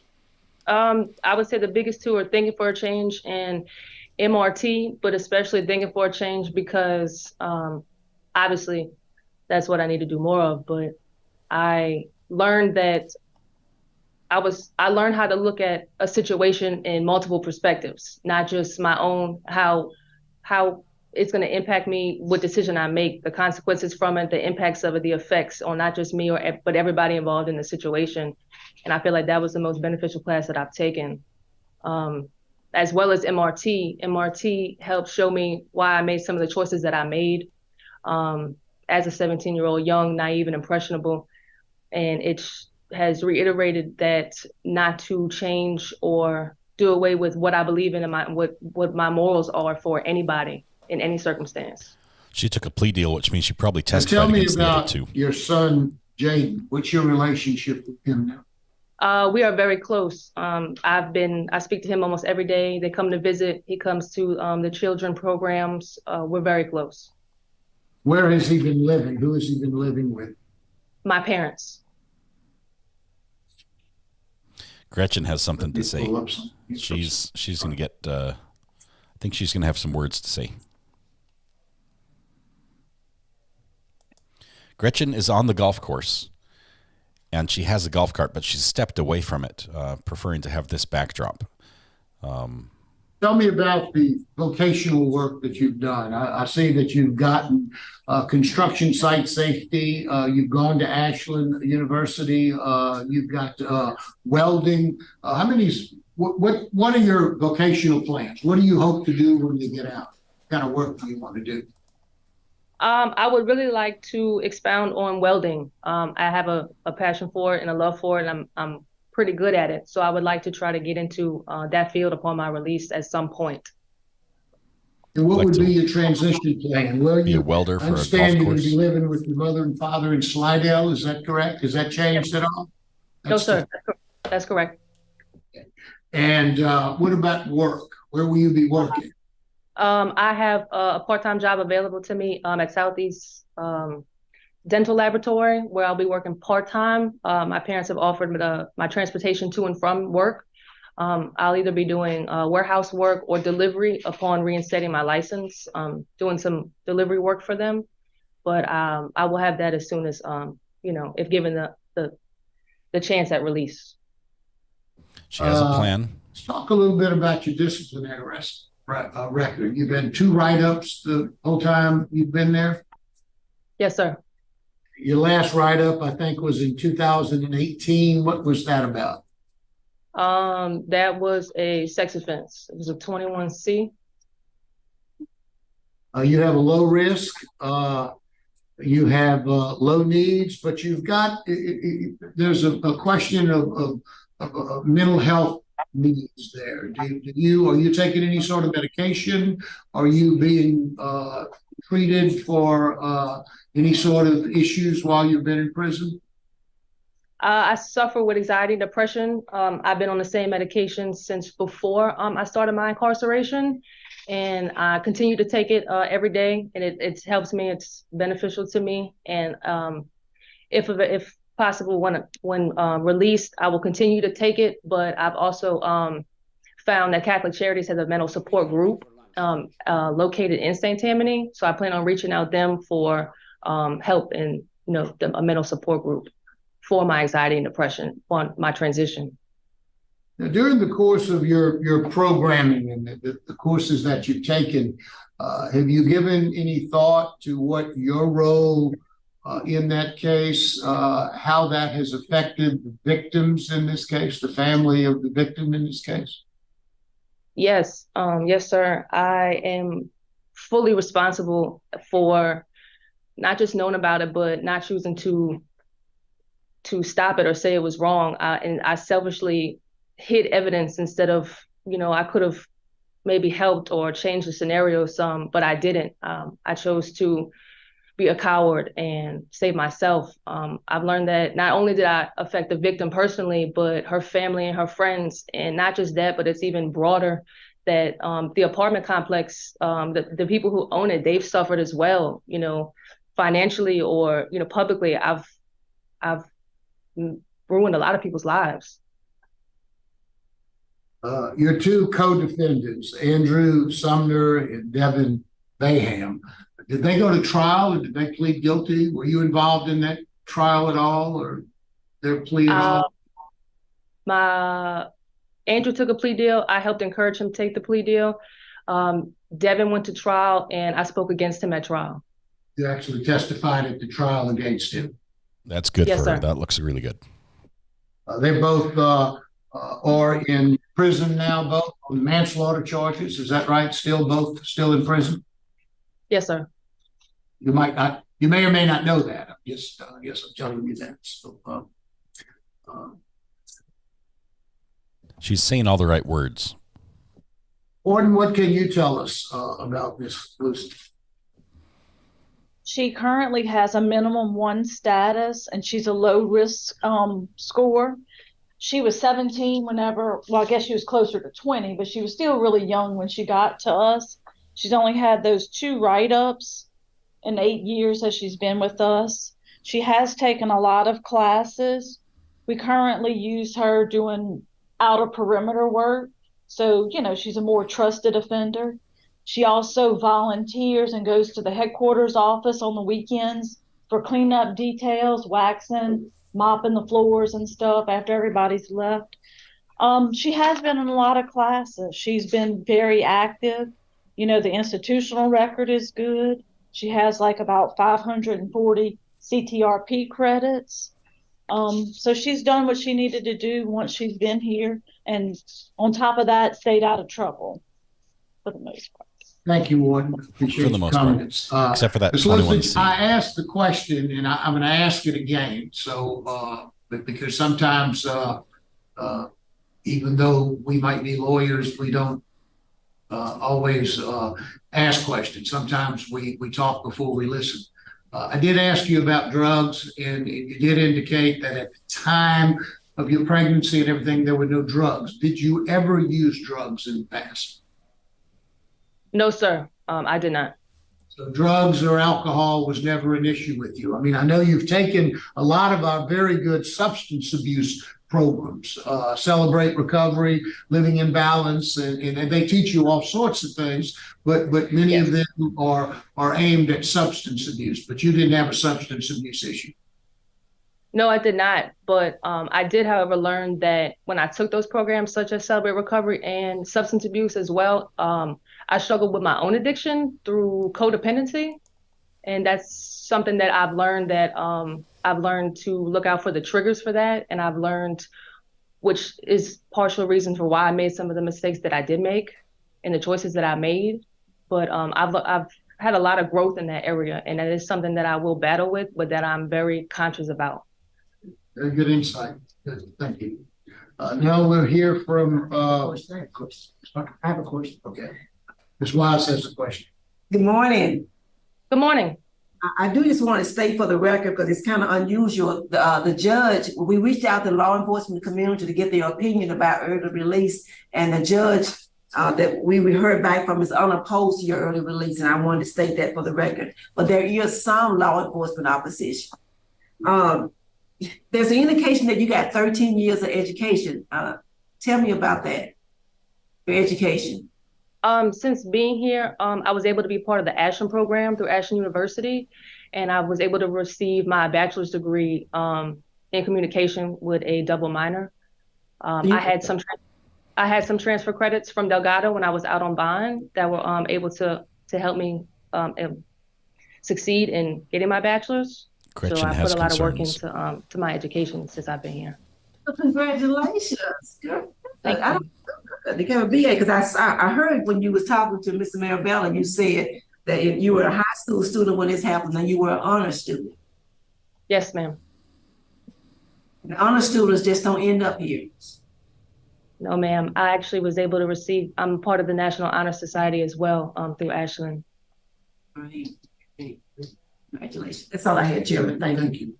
Now we'll hear from it's your dawning dad, on Mr. them Darrell Lusage. that it's dawning on the opponents that she's going to be released. Morning. He's there in shorts. That's awesome. My name's Darrell Lusage, Caitlin's father. I'd like to start by saying good morning to the panel and everybody here. I'm not the best at making speeches, but for my daughter's sake here and now, it's of the utmost urgency. And I'm going to try to do my very best. I'd like to start by stating that Caitlin was still truly a very smart and kind person, just as she was when this awful journey of almost 10 years began. And that she has not wavered, not one bit since then. She was very young and not very street smart at the young age of 17 when this tragedy happened. And she was a senior in high school with excellent grades, honor roll student, with plans to further her education and possibly become a pharmacist. We would like the panel and also the parole board to know, as her parents, this has been very hard for us and her as well. But we believe, from all we know, since her incarceration, her character has grown even more so. She has continued to use her abilities well by staying upbeat and positive as much as possible under the circumstance. When she began her stay, she started out really quick, getting a job in this snack shack. At the same time, working as a mentor and a teacher for her fellow inmates to try to improve their learning abilities. She's taken and completed many courses while here. She's also gotten 2 college degrees as well. And I must say that speaks to being very self-motivated in a very bad situation. She will have all the support one could possibly imagine once leaving here. With all this being said, we would like to believe that Caitlin has been like a model inmate. She has done her time well, and we believe with almost a perfect record.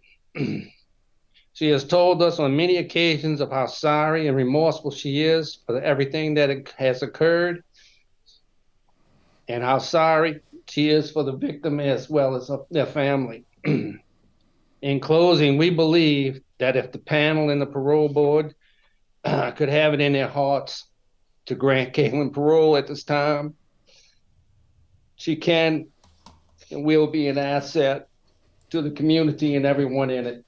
Thank you. Thank you, sir. Now we'll hear from Stephanie Canado. Yes, sir. Hello. Hi, how are you? My name is Stephanie Canito, and my husband, Bruce Canito, is also here in Caitlin's behalf. We are the aunt and uncle of Caitlin and also her godparents, who we have been very close to since she was born. Caitlin is indeed the daughter that I never had. Caitlin is sweet, kind, caring, and believes in Jesus, and she definitely loves God. Caitlin has treated jail like a college, meaning that she has focused and she was determined to get the best education that she can and to stay out of trouble and to work on being the best in every aspect while she is in prison. I hope you're doing okay. Caitlin has accomplished so much in 11 years, and she has continued to educate herself and continue to make the best out of the worst situation. Other importance to Caitlin is family. And the most important person to Caitlin is raising her beautiful son. Caitlin has done everything in her power to have a close relationship with her son, Ayden, while she is away by constant phone calls to him. She emails him letters and plenty of pictures. So when she comes home, she can be the very best mother and role model for her son, Ayden, so they could live a healthy, honest, and loving life together. I would like the board to know that my 65-year-old retired husband and myself, who is 59 years old, are a part of her support group besides her mother, father, and brother. She also has large family members who adore her and love her and will support her for the rest of her life. Besides her parents' home, where Caitlin will be living once she's released, my husband and myself, we own our home, and we have opened our home to Caitlin to live at any time in her life with her son forever.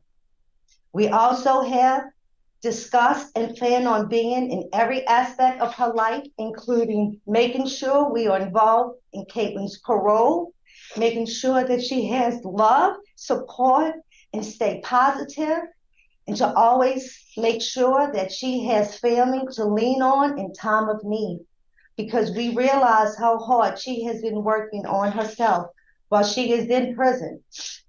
And we truly know in our hearts how sorry she is and how she has grown and applied her time in prison the past years. When Caitlin is released, she can live a life to be proud of and to do great things for her community and for the love of God.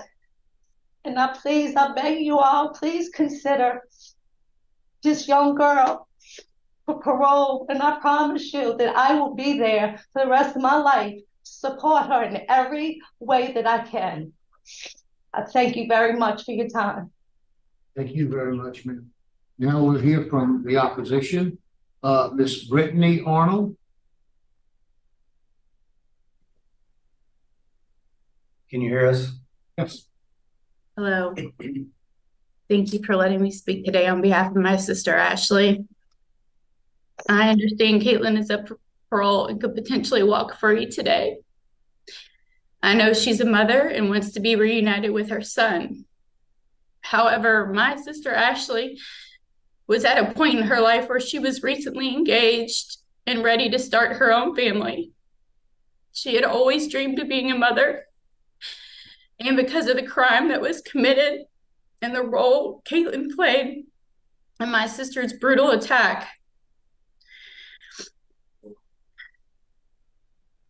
Ashley is no longer with us and will never be able to experience the joy of motherhood, nor will I ever have the opportunity to be an aunt, and my children will never have cousins to grow up with.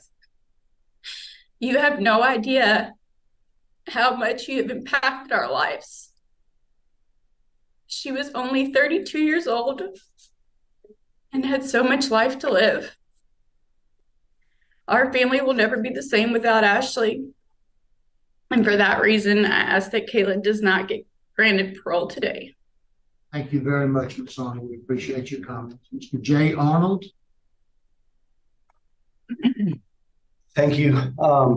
I'm Ashley's brother-in-law, and I'm speaking today because there are people that cannot speak today. You talked about anxiety and depression, and when Brittany just mentioned the impact that what your all's actions have on our life, it's not something that happened in 2012. It happens every day. You know, Ashley's poor mother suffers from severe depression. Her brother, they're so evil that hurt. And I understand the notion of justice, but I don't think it could be an attack, a robbery premeditated, where they went to her house. And can you still hear me? Yes. Okay, sorry. Where they went and brutally murdered her, and then returned and burned the evidence, burned her body and the apartment complex down in an attempt to cover up their crime. So to say obstruction of justice is one thing, but this was a brutal attack that we believe was premeditated and just unforgivable. You know, you talked about some of the progress that you've made in the past few years, but we're not talking about the amazing person that Ashley was. She was a college graduate. She was an honor student. She was such a vibrant part of our community and our family that light was, you know, it lives on in our hearts because she was such a special person, but it can't be diminished what you took away from us, and how our kids and the peripheral family still suffers at every single holiday, at every birthday, and every anniversary of what happened. I just think that society needs accountability so that this kind of stuff can't happen again. And for those reasons, we don't feel like we don't feel like we should grant her parole. The 11 years after death is the debt paid. Thank you, sir. You cut off towards the end, but we were able to understand exactly what you say and what you feel. So thank you very much for your comments. We'll now hear from Miss Gretchen Henson. Mom. You're on mute, ma'am.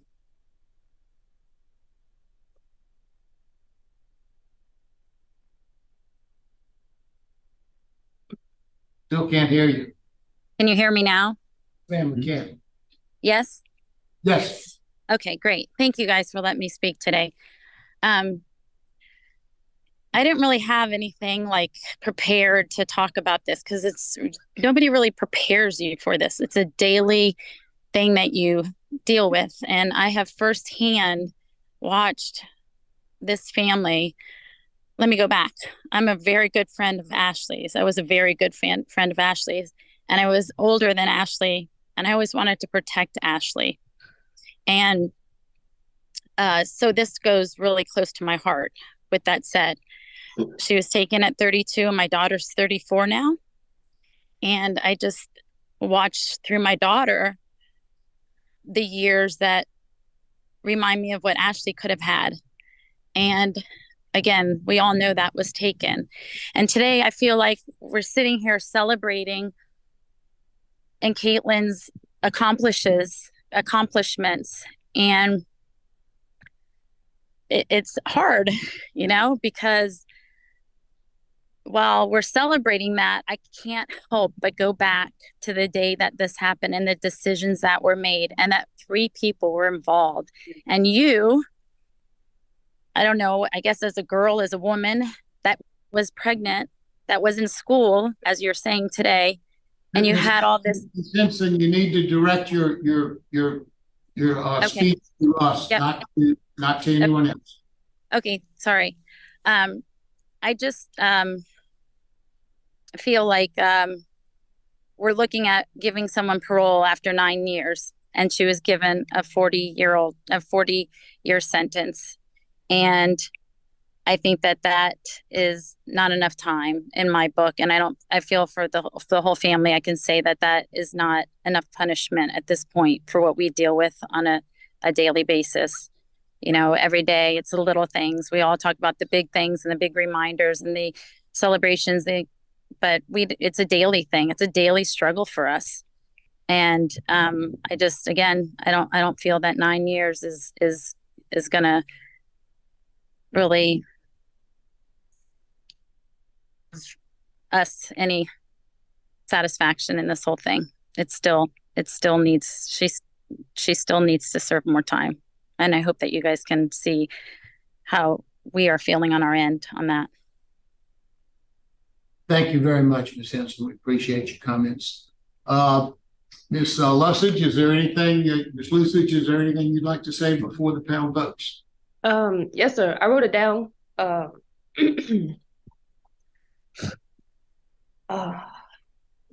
would like to say that I'm so very sorry for the pain and grief that I've caused the victim's family for all these years, as well as the hurt I'm once again causing them today by being here in front of this board, bringing back such horrible memories. I made a terrible choice years ago to go along with a plan, as well as to attempting to cover up a heinous crime I helped commit. It was senseless, I was selfish, and I'm ashamed. She did not deserve the injustice that was brought upon her. I am truly remorseful for my actions. I take full responsibility and accountability for what I have done. From the bottom of my heart, I am so very sorry for every moment of sadness and pain that I've caused the victims because of my actions. Although 9 years may not seem like a long time, I've had plenty of time to change. I've spent every moment of these 9 years of incarceration taking advantage of every possible program available to understand both why I made the choices and mistakes that I did, as well as to ensure it never happens again. I've made many changes as well as personal growth to better myself as both a woman and mother. If given the opportunity of release, I've secured employment as well as stable residency with my support system that is present today.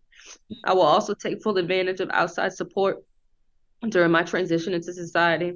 I just asked for the chance to prove to you that I am a much better person today, standing in front of you than the 17-year-old child that I was. I just asked for the opportunity to be a mother and raise my son actively. Thank you. Thank you very much. Panel ready to vote? First off, I'd like to thank everyone for being here today and speaking, and especially Ms. Arnold and Mr. Arnold and Ms. Henson. We have heard what you said. I can't imagine. I've lost people, but not in the way that you've lost them. I can't imagine the pain and the grief and the hurt that you feel. And we have heard you today. And Ms. Henson, your friendship certainly has come through, and you all three have made some very valid points. And as a parole board, everybody has their role in this operation. Law enforcement has their role, the prosecutors have their role, the judge has their role, the legislature has their role, and we have our role as well. And part of what we must consider is the crime and this person's involvement in that crime. And Ms. Henson, you make a very valid point when you say this sounds like a celebration of what she's accomplished. And sometimes it might feel that way, but that's really kind of what we're supposed to be looking at. It's not necessarily who she was as a 17-year-old, but who she is today and what, if anything, she's accomplished, whether she has rehabilitated herself or not. And that's kind of what our role and what our responsibility is. We do look at the facts of the case. We do see that this is a horrible case. And while it's true, she wasn't the one that went inside and did the killing. She participated in it, and she was culpable of obstruction of justice. And she has taken responsibility for that. She testified in the trial against a co-defendant. She has an excellent record while she's been in prison. She's only had 2 write-ups while she's been there. She's done a number of very good things. Pre-release, she's taken some of the best programs that we have. And again, we have to look at her age at 17 years old and what happened then. She's got an excellent transition plan. Warden has spoke very highly of her. Taking all of those factors into consideration, my vote would be to grant her parole with the following conditions. Number 1, that she get the mental health evaluation and follow whatever treatment there is that recommends that she be on a curfew from 9 p.m. to 6 a.m., that she obtain a substance abuse evaluation as well, just to make sure that there are no issues there, and that she do 5 hours of community service work. I would like to point out that she is low risk. She has a mental health issue that I also want to address. So that would be my vote. I'm one of 3 votes. Ms. Wise. Thank you, Madam Chairman. Kaylin, again, to the victim's family, my sincere condolences to you. And I do echo Ms. Marabella, your courage to participate in the process is valuable. It is valuable. Kaylin, today we've had 2 prior cases, and the victims haven't heard what was said in the deliberations, withdrew their opposition. You didn't get that. You didn't get that opportunity. And you're 29 and you're young. So I can imagine. But you did a great harm, and you said that. You've healed, and you've been helping others. And I think that there's no opposition from the judge. That speaks volumes for me. So I concur with my colleague. My vote is to grant as well, and I concur with the special conditions that's been outlined. But you had all this support when you were 17, and you got pulled in with another group. These folks have said today they're here for you. You go to them when things start happening, because they won't know. That's your responsibility to go to them and tell them, I'm struggling with this, I'm struggling with that. There's no dumb question going forward. You got to let them know. And I don't know if you had the parenting class. It's really hard when you first get out and you have to take care of yourself and then trying to take care of a child. So you make sure you navigate that with all the support that you need by asking for it. He's 9, he may not understand. You walking into a Walmart and freezing up, because I hadn't been, and the world has changed a great deal in 9 years. But you have to say it out loud and let your family know, because they're there to help you. Don't act like it's all together when it's not. When it's not, say so. That's what she said. Thank you. Freeman. Thank you, Ms. Okay, Ms. Caitlin, real quickly, and I should have asked this, do you have any contact with your ex-boyfriend? No, sir, I've ended all contact with him. Okay, and your son doesn't either? He has the option, but I let that be up to him. All right. I look at this and it's like my colleague said, you didn't go in and pull the trigger, but you knew everything that was going on. But you have done well, and you were 17 when this happened. And that was the age that you can easily be influenced at. My vote today is going to be to grant with the same condition. Ms. Lusage, your parole has been granted with the conditions that you get a substance abuse and mental health evaluation. You have a curfew, 5 hours of community service work as well. Good luck to you. Yes. Thank y'all so much. Oh, thank you. Thank you.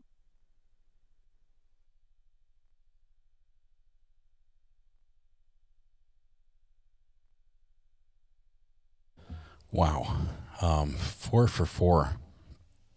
I will say I love seeing people on the other side of this, that have, they go into the corrections system and make the corrections they need to make to go out and resume life. I love seeing that. At the same time, some of them are surprises to me. It seems like they might be a little premature, maybe, but I don't have all the facts. I'm not the one making the decisions there. So, granted 4 for 4. Ayden, surprise on that verdict for you. Let's see. Here's the thing, that in this case, we pretty much knew it was going to be granted because we had prior cases where the facts seemed to be more deliberate, the involvement was more direct, and the words that were shared by the inmate were less right. We had remorse that was shared. We had all that, so it looked like this was there's no way they were going to keep her in while they let the other ones out. It just seems, the precedence that had been set for the day was just too much opposition there for that. All right, let's see. We have it's lunchtime. It's 1 o'clock. Should we go to lunch? Norwegian system is all about rehabilitation.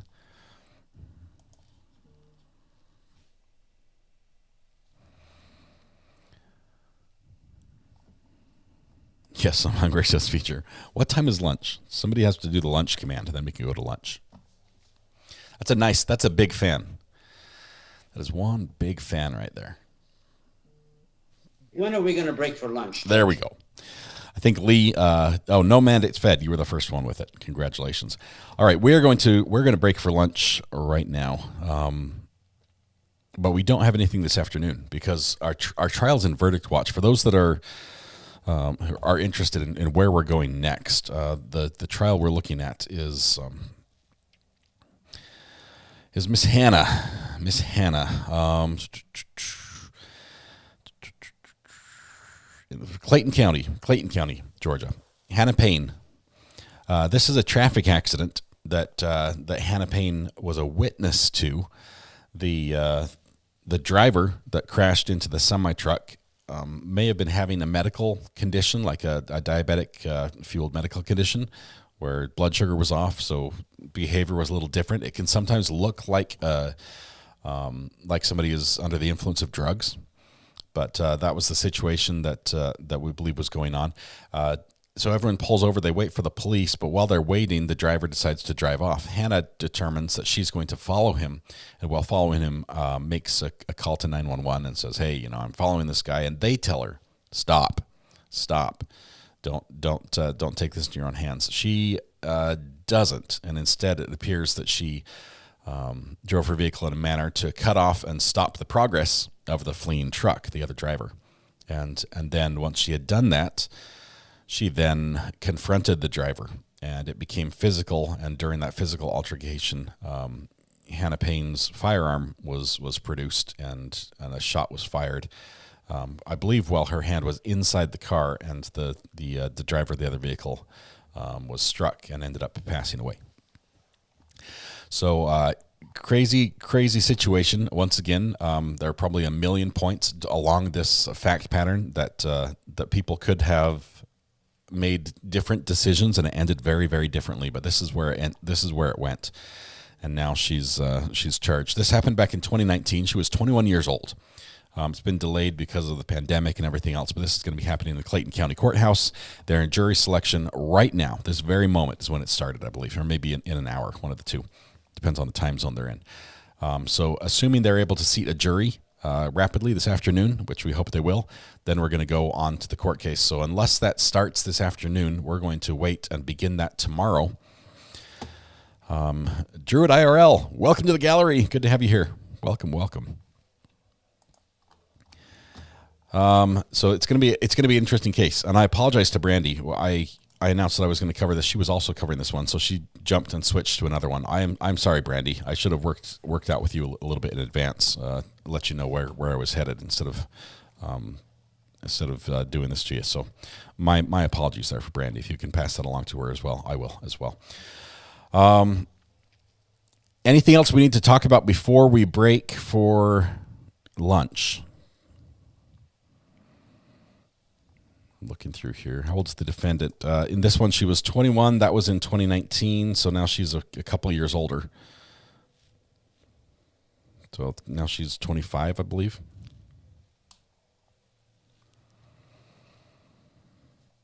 Anything else? Zoom's a horrible way to do trials. Parole's way too in the face of kind of cameras.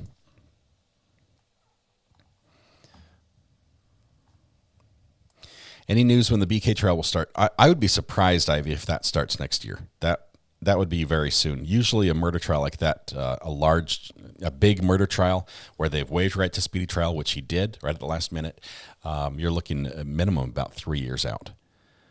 So if it starts the year after next, that will be good. So, but that's going to be an interesting one. The judge has ruled that he is going to have it open for cameras, but he's going to take control of it, which means probably a Zoom type setting.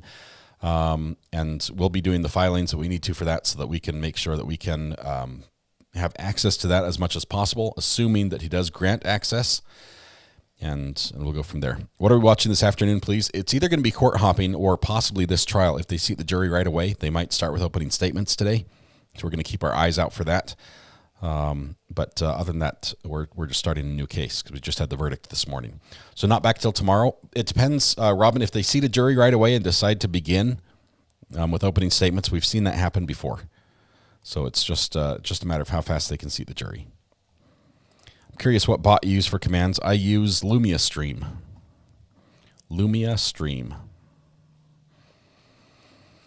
Any word on the Sarah Boone trial? Yes, alive and well. Mid-January, we're going to have a hearing, a pretrial hearing to see if we're still on schedule. And if it is, I believe the very last of January is when trial's supposed to start. Now, granted, it's moved a lot of times, but this one, let me actually do a quick check because we're due another letter. Let's see, that's Orange County, right?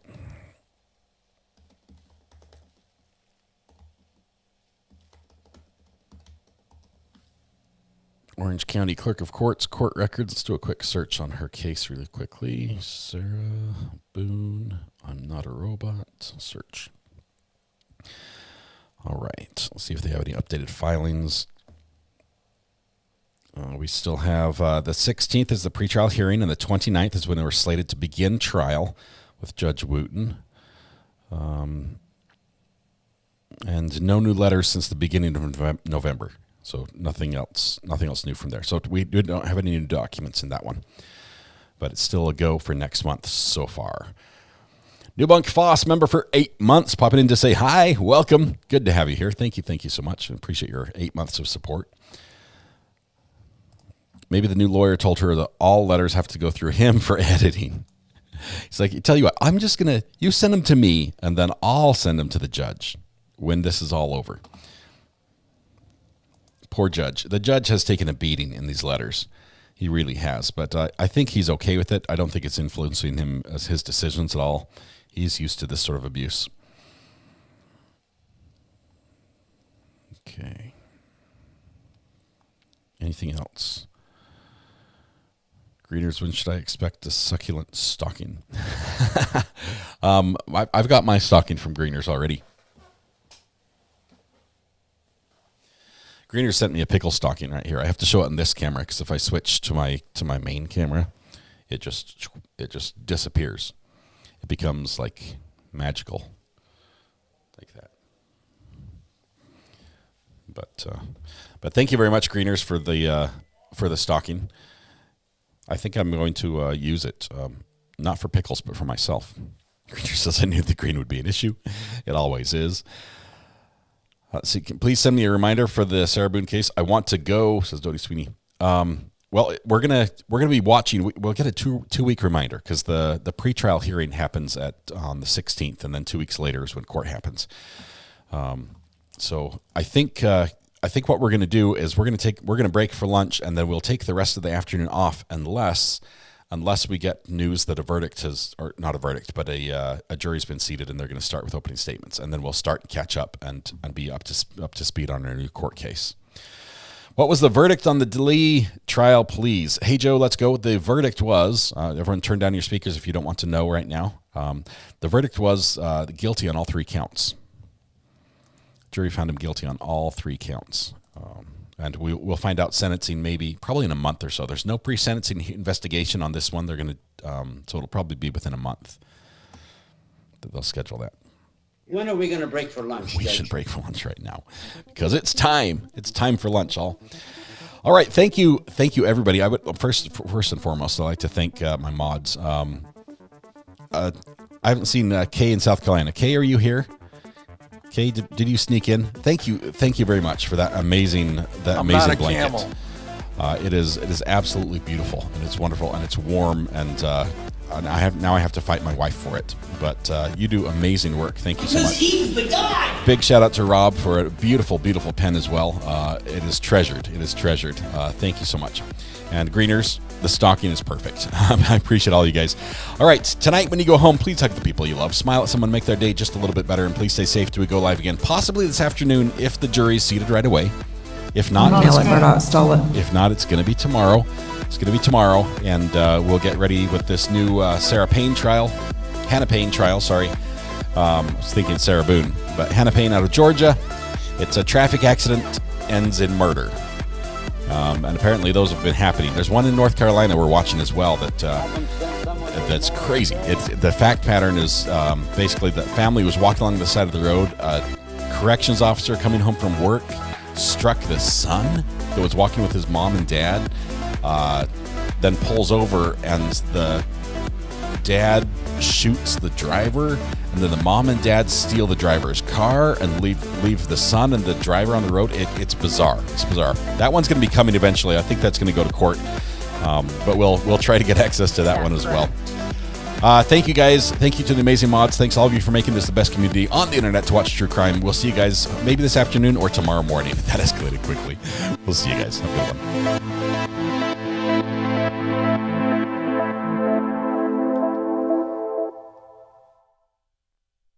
Scratch all that. Oh, that was terrible. I apologize.